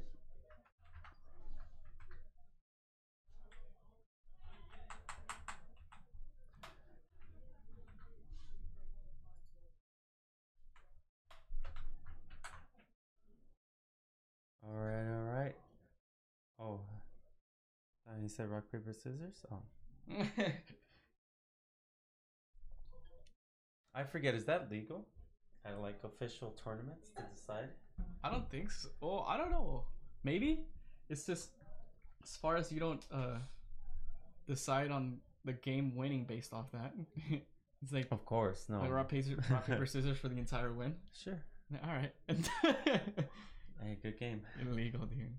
So they rolled. It was odds or evens, and somebody rolled a 5. I don't know. So one time I was when I went to GPLA, Mm-hmm. I was playing a match against some Titan shifter. Anyways, the guy to the right of me, they're about to start the match, and he rolled. His opponent asked him, "Do you want to do odd or even?" Mm-hmm. And he said, "Oh, I'll be even." He's like, "All right." So he rolls the 6-sided die, and he gets a 7, 4, and a 3. Yeah. And then he's like, "Oh, but that's not fair." And his opponent was like, "Why?"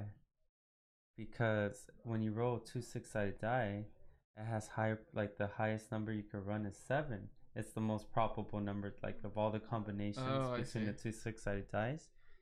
The highest probability is 7. So that means, therefore, the high probability is an odd number. Oh. And yeah. the judge just looks at him like, okay, so what do you want me to do? He's like, that's not fair. But he asked him, did he ask you? Did you agree to these terms? He's like, yeah. I'm like, then it's like, it's fair. Like, the example he made is like, if you roll one die separately, what's the chance of getting like an odd or an even number? Yeah. And then if you roll, that's, it's just the same thing. Got it. Yeah, I thought it was something people should know about. All right. All right, that's my story, bro. Yeah, I didn't know about that. I mean, that makes sense. But like, it's if somebody tells you that, because it's like you don't get upset when you roll 2 dice. It's like if one's even and the other one's even, they're both even. If you roll a dice and there's odd and odd, they're both even. Right. Right.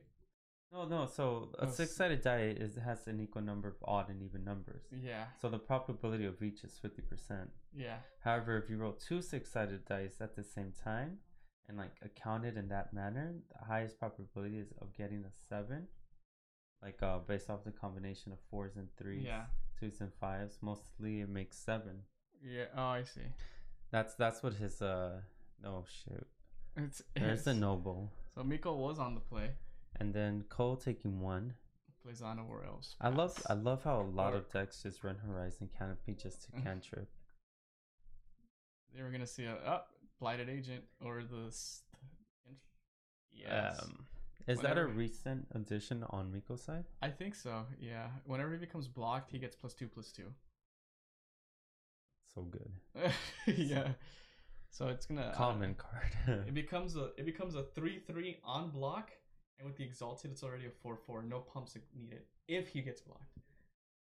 And he has a Misty Rainforest down, so you can sack that at the end. Oh, Cole kept the one-lander. I've seen elf decks come back, however. Okay. So next turn, Cole's ready to go off, but I think Miko can just win it here if he has Distortion Strike and some pump spells. You can offer the trade though.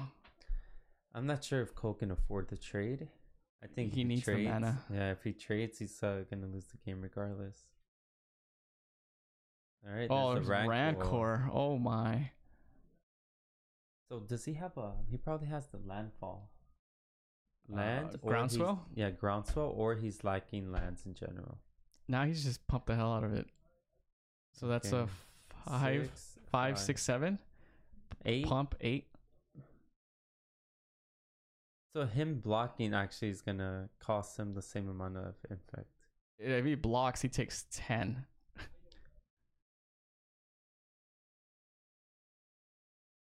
I can't see.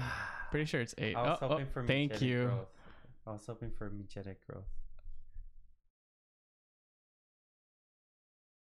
Me too. Or just any pump spell. I mean, he has a land.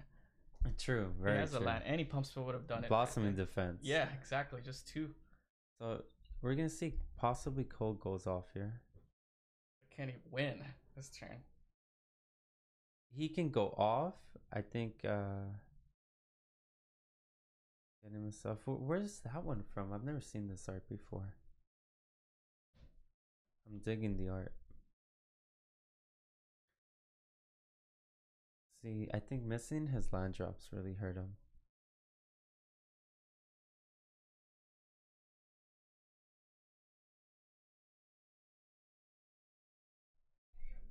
No, it's whenever it becomes blocked. Whenever it becomes blocked. I mean, we can look it up. So does so that mean that if he blocks, let's say, with 2 or 3 creatures?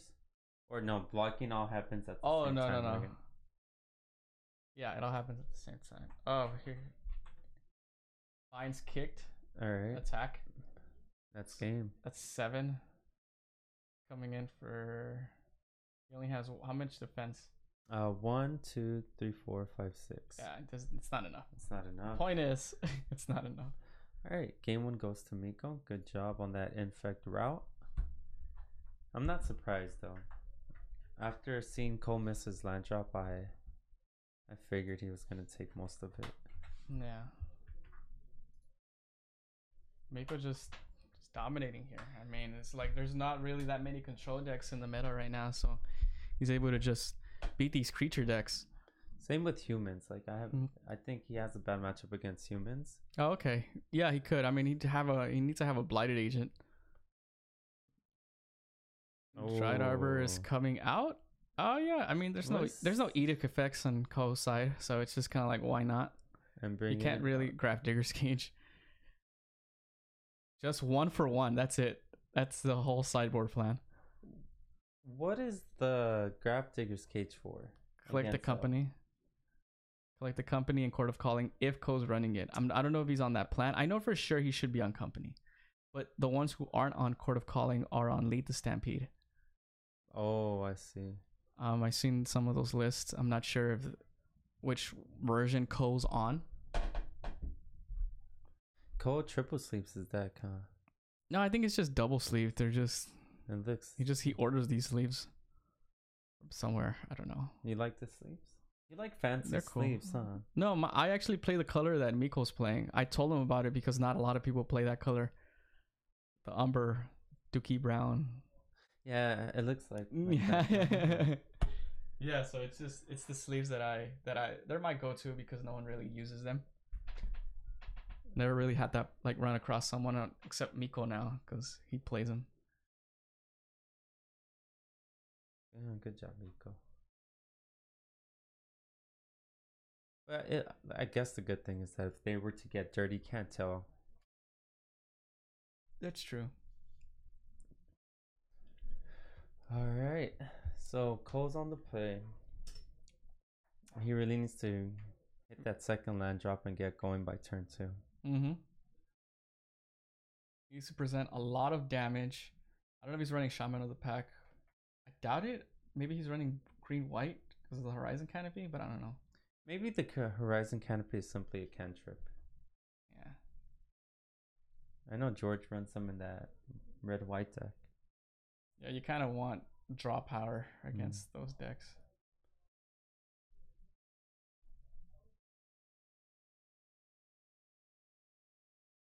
Alright, so Cole gonna be on the play. What do you think Cole needs? I think he needs a Coco. I don't know what his sideboard plan is against Miko though. Like I don't know Elf's sideboard plan that much. I think you don't do much. Like same thing like Miko. Like it's just 2 combo decks going out. Yeah. Ko is looking at his hand. Maybe if he has like a Beast Within, I'm not sure if they even run that. I don't know what the sideboard. I doubt it. Miko's gonna mulligan here, and Ko's decided to keep. So he does have a 1-drop. They might run like Abrupt Decays. I've seen some of them run 1 or 2 Abrupt Decays, or a Path if they're splashing white.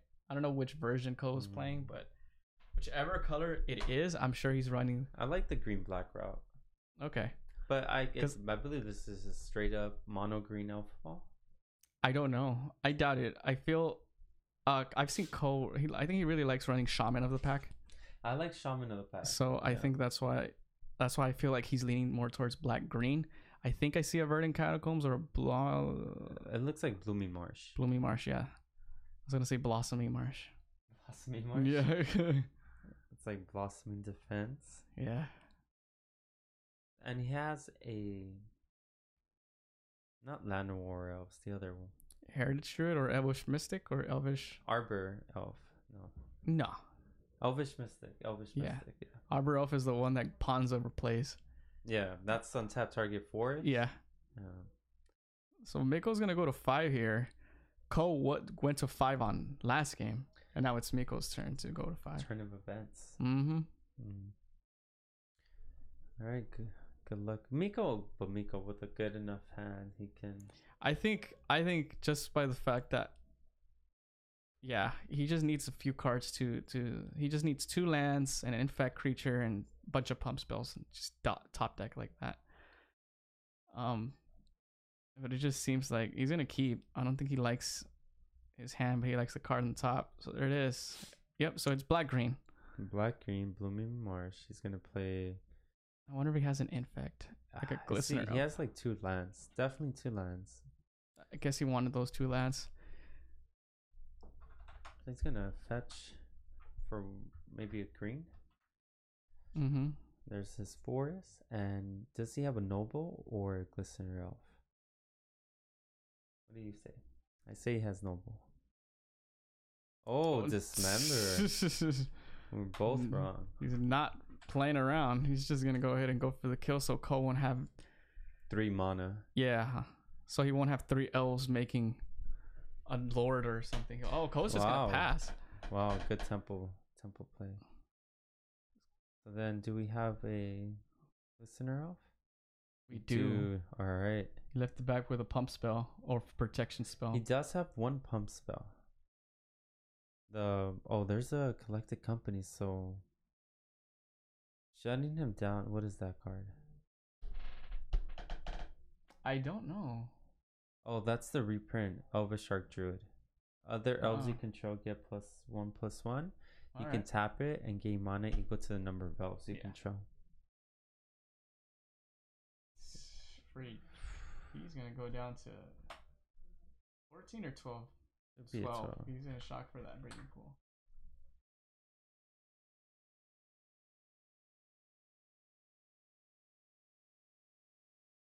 He has another dismember in hand. Wow. Oh.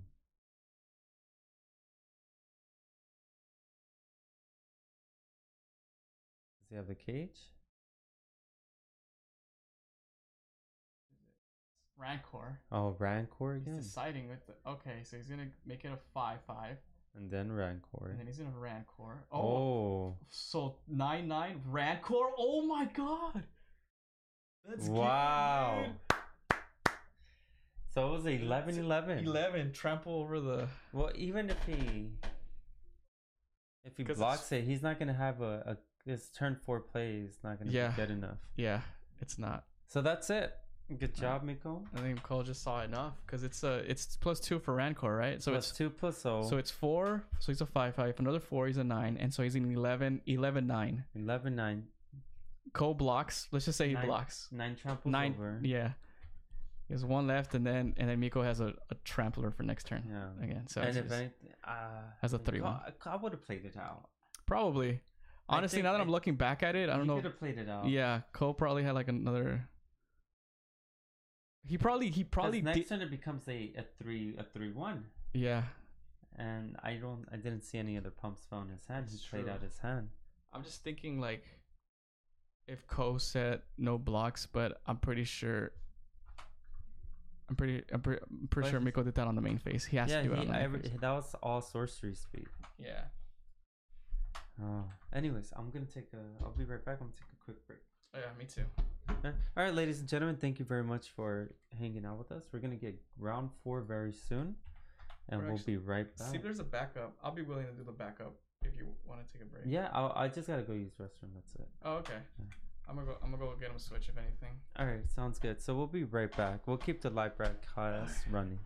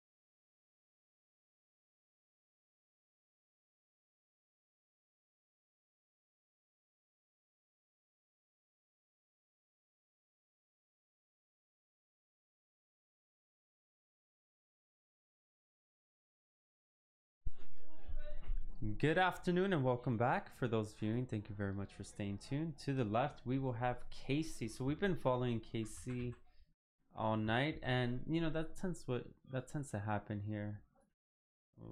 We usually go off the view on the top two. So the two groups competing for first and for second and third and fourth, and we usually just tend to follow them if they do well. It's nice because we can see the player in different situations, see how they think, the decisions they make. And on the right we have Miko, which is another player we've been following, so it's a good little build up for this final right here.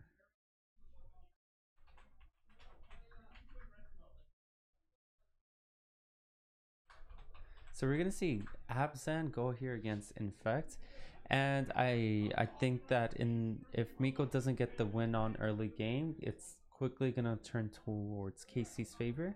However, I feel that Casey does have an advantage here due to all the removal they have with main board. They have Abrupt Decays, they have Fatal Pushes, which are going to be extremely relevant. And we're going to see how Miko plays out this matchup. And, best of luck to both players. Greatly appreciate how well they've been playing. They've provided good games, good quality. And this is going to be our final match for the night. Once again, thank you very much. Stay tuned for Wednesdays. We do have Wednesday Night Magic. And then once again on Friday for Friday Night Magic. Check us out at collectorlegion.com. I'll go ahead and post that here on the chat. www.collectorlegion.com. Check us out. You can see all the singles at the store. And you also follow us on Facebook, Twitter, Instagram, and YouTube. Alright. And we're gonna have I'm not sure if they rolled yet.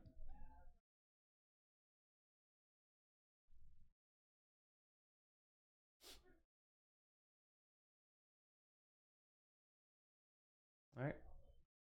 And we have an 8. They roll the die, and versus a 4. So Casey will most likely be on the play. And we're gonna see what kind of draws they get. We immediately see a Treetop Village along with some other cards.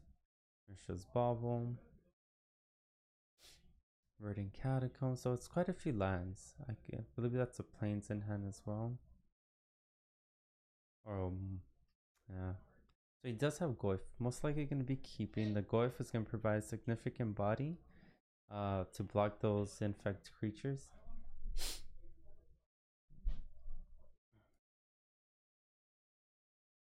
Alright, let's begin. And Miko will be keeping, I believe.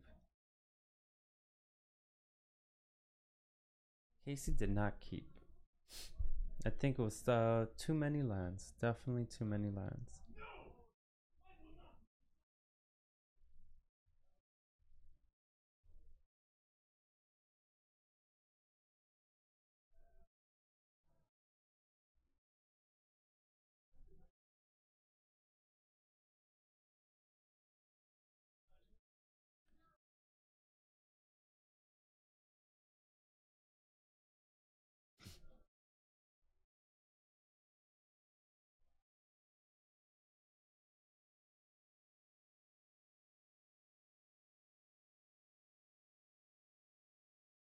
Alright, split check here.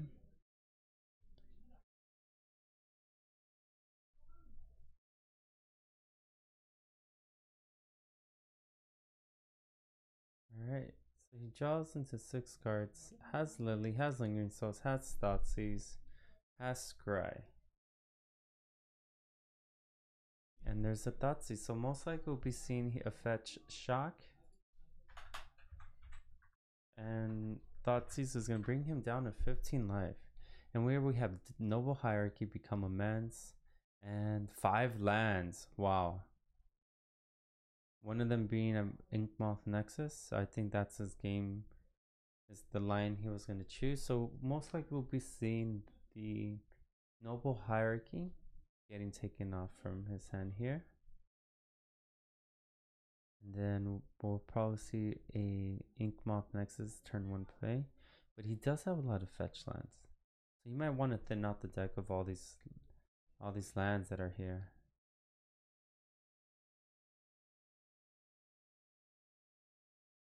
Oh, he's gonna play a, I think it's a Windswept Heath there. Casey going down to 14. And we're gonna see a Goy for Grimflare. There's the Grimflare. Mikko goes to 19. Gonna be getting a Breeding Pool tapped.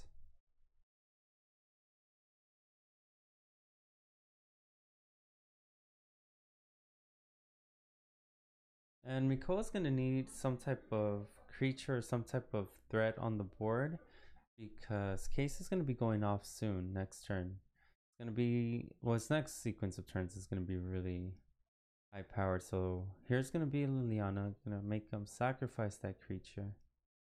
First he's gonna see if he's gonna block. Of course he's not gonna block, gonna take 2 damage, bringing him a 17, and he gets a trigger.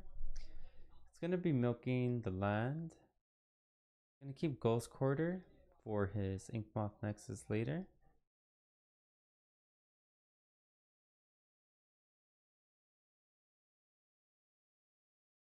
Oh, he did not have a third land, so we'll be seeing a Ghost Quarter followed by Eat It. So most likely he's gonna be able to do a total of 6 damage as of Casey's knowledge. 7 damage if he uses the Inkmoth Nexus. So if he has any one pump spell of 3 or more,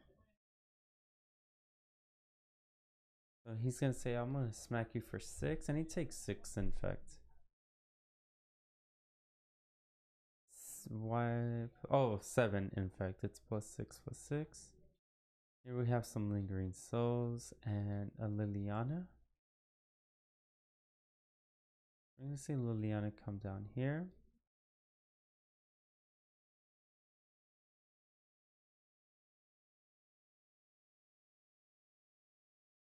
It's gonna come here. What is he gonna do? 4 damage? 4 damage, bringing him down to 12. Liliana, gonna make him sacrifice a creature. And we'll pass from there. Plays the land, activates, and that's game. Alright, good job for on Rico's side from sequencing correctly. And Casey, you know, he did put up a good fight. Unfortunately, Miko did have the correct cards he needed. So we're gonna see how the sideboard's gonna benefit each other player.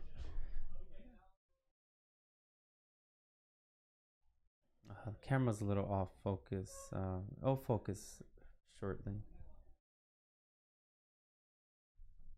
Very well played by Miko there.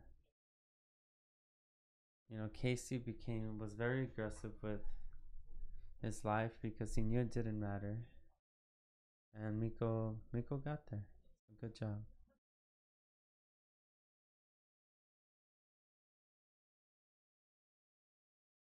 Oh, I'm not sure why the camera hasn't focused. It usually focuses by now. Anyways, thanks again for sticking around for those of you watching. And if you're excited for these Guilds of Ravnica spoilers, let me know which ones. I don't know what this one is. Choose, this one's called Macabre Hatcher. Let me show you which one I'm talking about. Oh, the wrong one. There we go.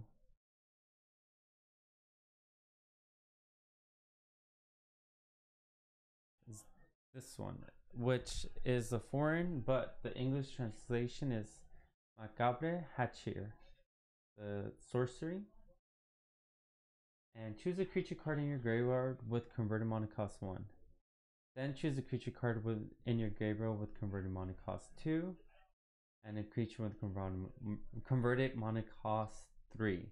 So you get a 1-drop, a 2-drop, and a 3-drop from your graveyard back onto the battlefield. Very interesting design. I'm not sure how well you can utilize that. It's good. I suppose you'll be getting 6 mana for 5 mana, but overall, no, not too bad. Then the other card I was interested is I love the Mentor. I know I've been talking about it all day, but Mentor is pretty good. Underneath is one of the other mechanics. Undergrowth, sorry. Undergrowth is, well, for example, Necrotic Wound is a 1 black instant. Undergrowth. Target creature gets -X, where X is the number of creature cards in your graveyard. Yeah, so X, I guess Undergrowth is regarding to creature cards in your graveyard. So I can see how that can be beneficial. But I don't, for standard, as far as like I can see a deck with Undergrowth and Surveillance being relevant. However, not necessarily for modern. Uh, lots of potential for Commander as well.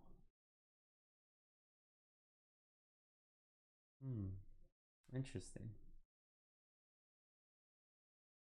I like Mood Mark Painter. It's a very interesting effect, especially with those whole ninja builds that are going on right now for Commander. Good ETBs are always essential. Wow. All right, so it looks like they're almost done sideboarding here. Casey most likely going to be bringing in more optimal removal to get rid of that aggressive clock that Miko will be providing, and Miko will need to find ways to deal with the late game, or just ensuring he gets there quicker. He probably puts in the spell pierce, a few counter spells to counter those lilies, the Edith effects, any type of removal that might come at him, or his creatures, I should say.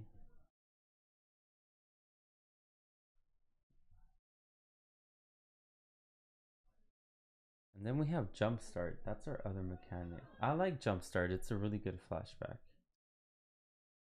I think earlier I might have confused Surveil with Jumpstart, but Surveil is just as good. I think with the right, like, I'm pretty sure there's ways they can break these mechanics. Will they print them the set? I don't know. Pretty excited though. Overall, it's a really good looking set. Most of the cards are very unique thus far, and we get the nice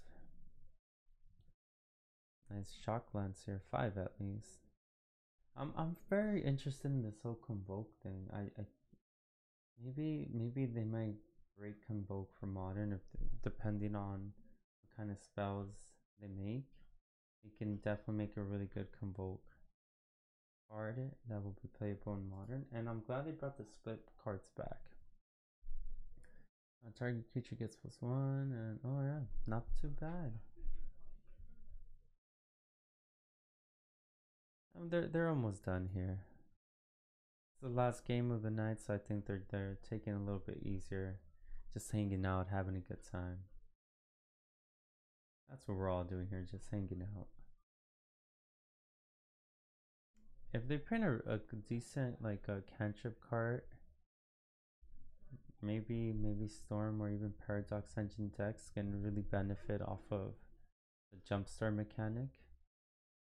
Pyroclasm, not Pyro, is it Pyroclasm? No, Pyromancer Ascension will be very good card as well with these jump starts. Once they've been activated, like once it's been activated, when you recast, you get it for double again. Not too bad, especially if they make a decent burn spell. Alright, so they both ended up mulliganing. Miko looks like mulligan to 5 or 6, whereas Casey mulligan to 6.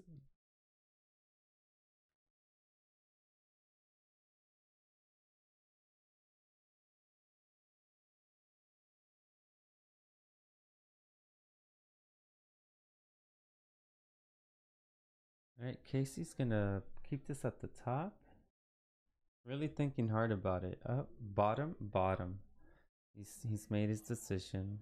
Does not want that card. Plays his Godless Shrine, takes 2, and Thought Seizes, bringing him down to 16. And here we have, wow, intense play.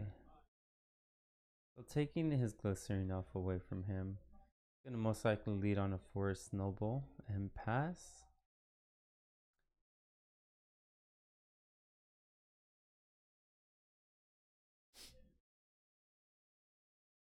And he does have an Abrupt Decay in hand. So this Tide Hollow Scholar is gonna go ahead and most likely take a Become Immense, depending on what the other card is. So it's another Glycerine Elf. So he does have a, I believe it was Abrupt Decay in hand. Oh no, I takes any card. I thought it was only instant sorcerer. So he takes the Glycerine Elf. Draws. It's gonna play this Windswept Heath. And if he passes, that means he did not draw into any type of infect creature.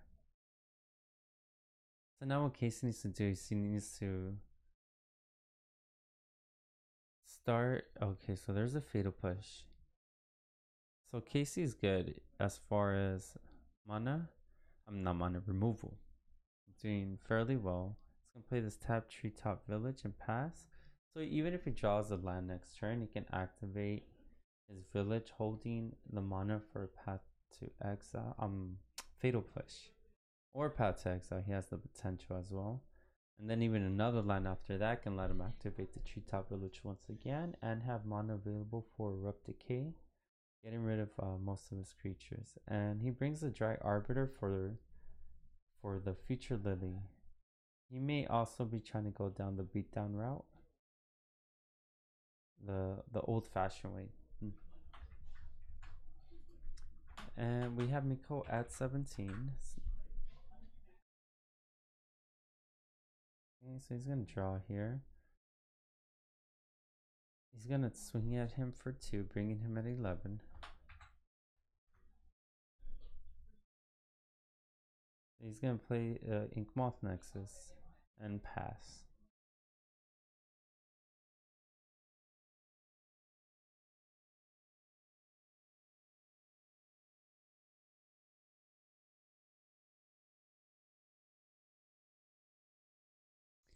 So he's gonna kill the Noble Hierarchy. And I think he's gonna give it protection. He protects it. Force him to make those plays now so that he doesn't use it again on him later. So then we're gonna probably see an activation from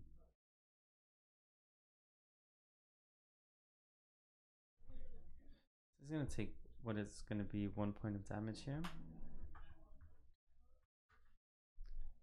Probably gonna be getting a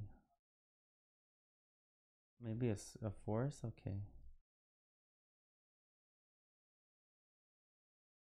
We might see activation for Treetop Village. Attack in for 4.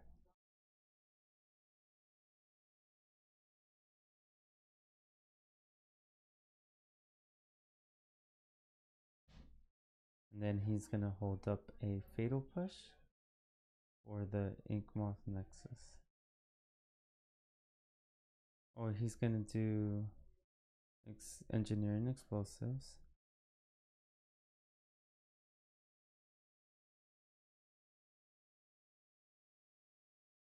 But now he can't activate the Treetop Village.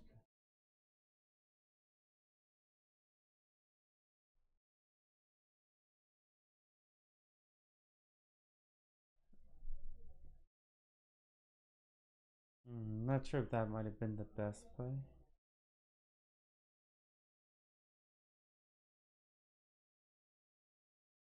So he's gonna take out his mana source, his Noble Hierarchy, yeah, and still has mana for his Fatal Push.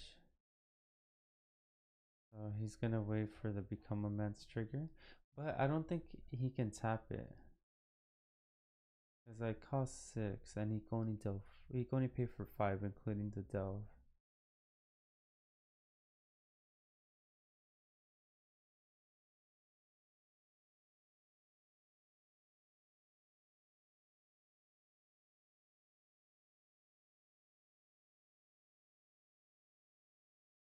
There's the Rancor and the push on the stack.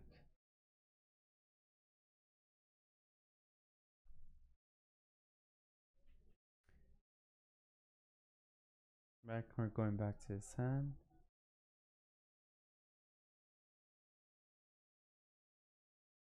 Rancor doesn't go because it's just the spell fizzles since there's no target.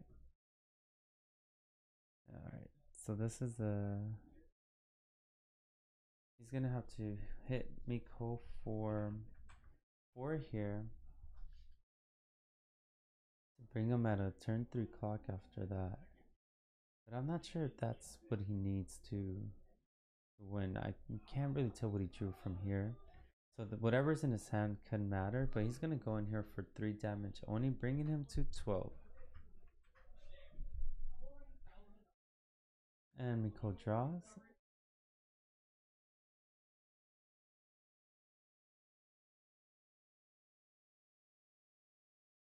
And he didn't attack with the 1-1 because he doesn't want to trade it with the Dry Arbiter.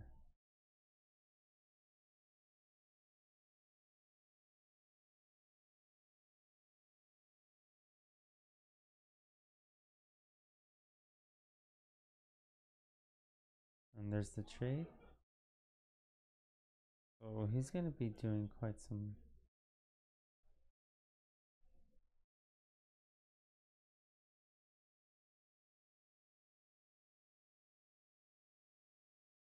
Okay. He's going to kill it, get his elf back. Does he have a land? Okay, draws a marsh. Flats, swings in for 3, brings him a 9. And he has somewhat of a clock. But now he has an elf. He has an unexposed hand, and he draws into an Inquisition. So what are we going to see here? There's Become Amends, Blighted Agent, and a Blossoming Defense. So what do you take here? Do we take away the Blighted Agent?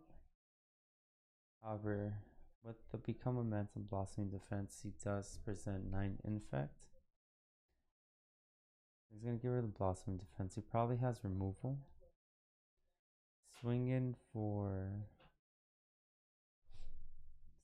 for 3, bringing him to 6, and he is on the turn 2 clock now. With any other, maybe a Lingering Souls would be, will seal the deal for Casey.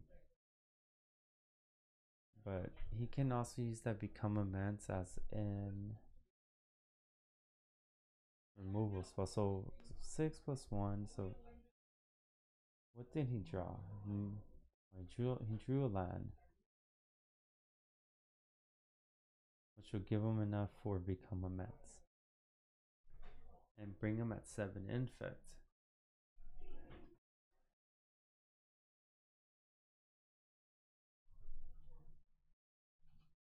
Oh, Miko's at 3 now.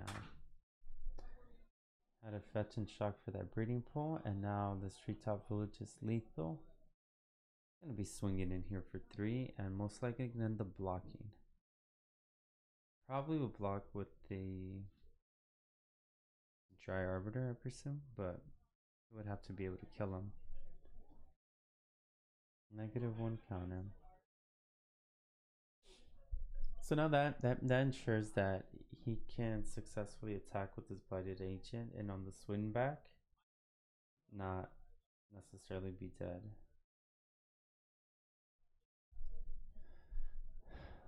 Buying himself 1 turn.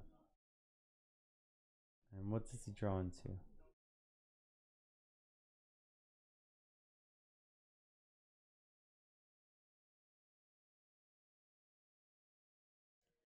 So he's gonna go down to 1 life.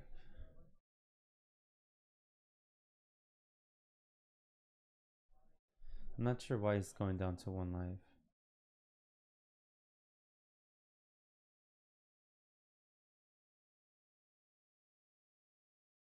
And there's the infect for the win and a path to exile. And that should be game. Alright, good job with Casey. So now we're going to be going on to game 3 and on our last round. I hope you're enjoying it so far.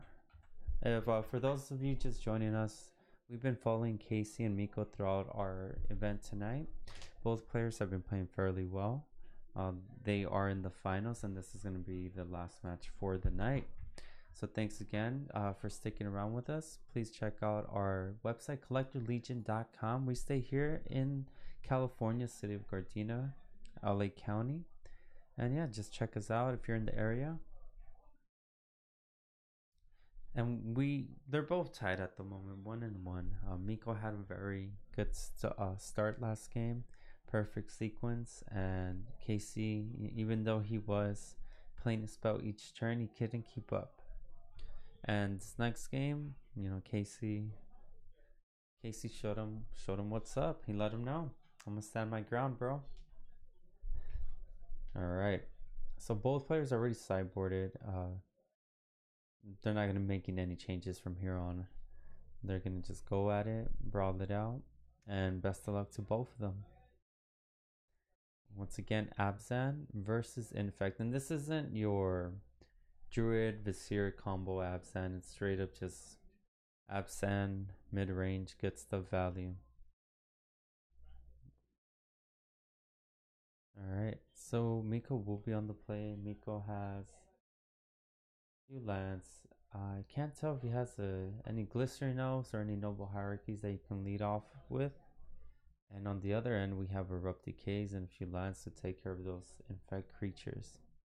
And a Fatal Push, so there's plenty of removal on Casey's side. Alright, Miko, are you going to keep it or are you going to mulligan? I have a feeling he's going to mulligan. Doesn't seem too confident with that hand. So he's going to keep it. He's going to lead off on a Breeding Pool, bringing him to 18 and a Glycerin Elf. So there's the push.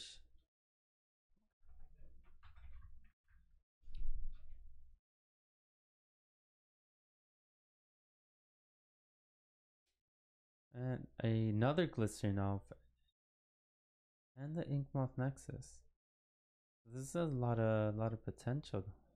A lot of damage here. We're going to see a fetch here. Fetch Shock.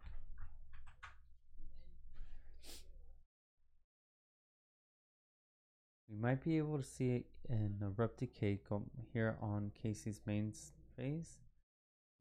Now that he does not have any green mana sources. So he gets to play around Blossoming Defense. Oh, Thoughtseize. So he... Okay, so he does have Dismember.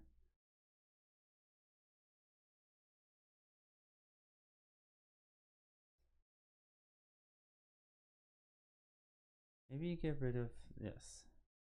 And then if you push his elf now. Or when he casts.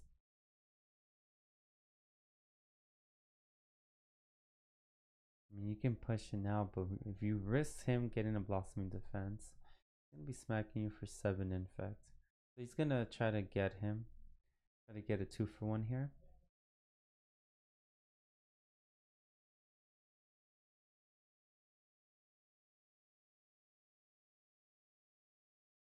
He says, I'm going to attack you. Just for 1 infect.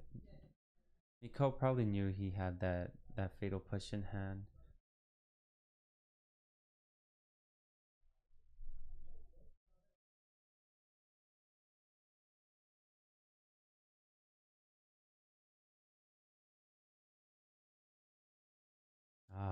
So we're gonna see if Miko's gonna end up paying 4 life, and then so total 5 life he'll take to get rid of a Ballista. Not sure if it's ideal, but in case he needs to hit a land, so you can play that Fulminator Mage and take care of that Inkmoth Nexus.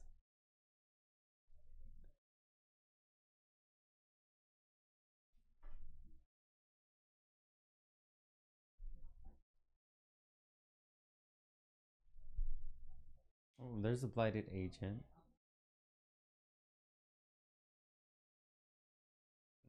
That's a good card. And he draws a swamp, so he gets his land. Eliminator Mage may be a little bit too late here.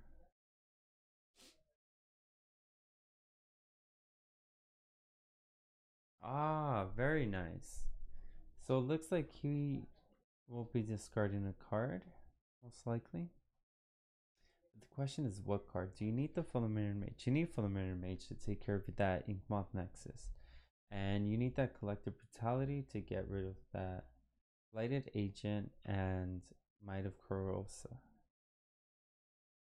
So he's not going to escalate. We might see a counterspell come in here. I'm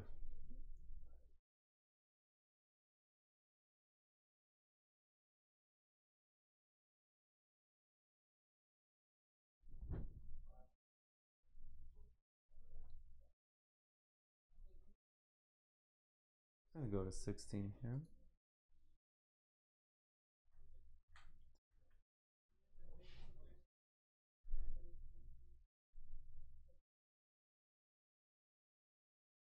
Okay.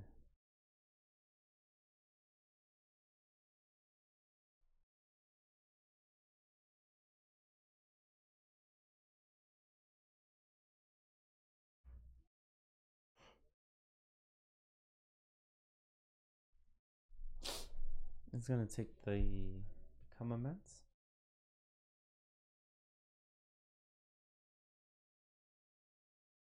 Yeah, the Become Immense.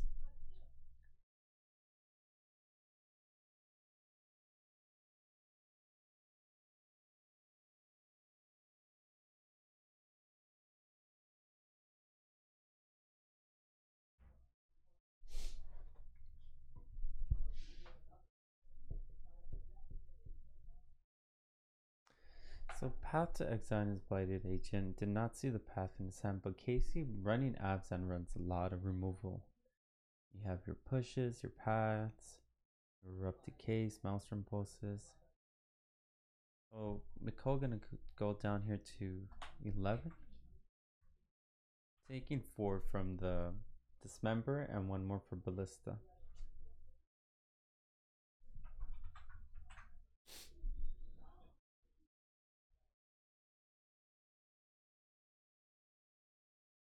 We're gonna activate Inkmoth Nexus here. Cast +4, so it's a 5. Takes 5 infect damage. And he is now on a clock of 5 turns. Fulminator Mage. Gonna pass. That'll be able to take care of the Inkmoth Nexus.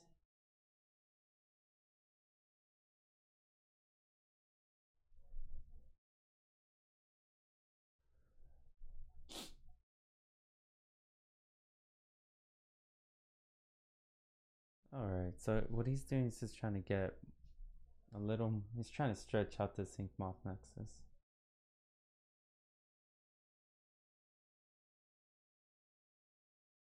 He's gonna go ahead and transverse, and he has Delirium. So you could search for either land or any creature.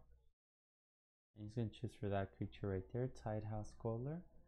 Gonna force him to reveal his hand. He's gonna show that Might of Corrosa and that Spell Pierce. So what's it gonna be? Is it gonna be Spell Pierce or will it be the Might of Corrosa? Maybe Might. And he had the mana to, yeah, he had the mana to counter anything with that Spell Pierce. So now that he's aware of it, it's gonna allow him to play around it. And he's gonna sack and pop it now.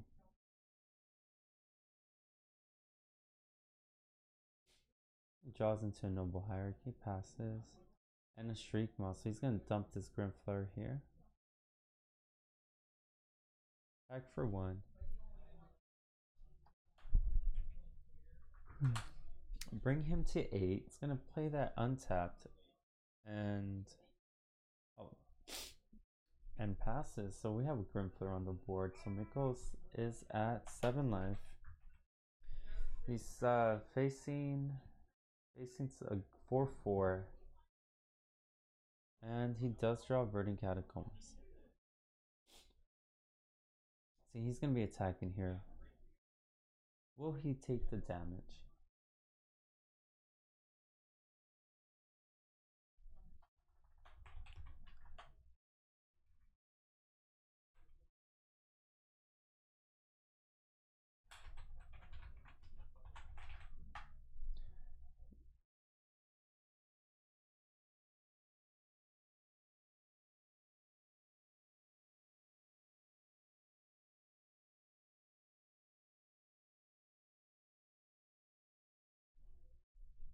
So he's at 1, and it looks like Casey's going to take this game for the round 4.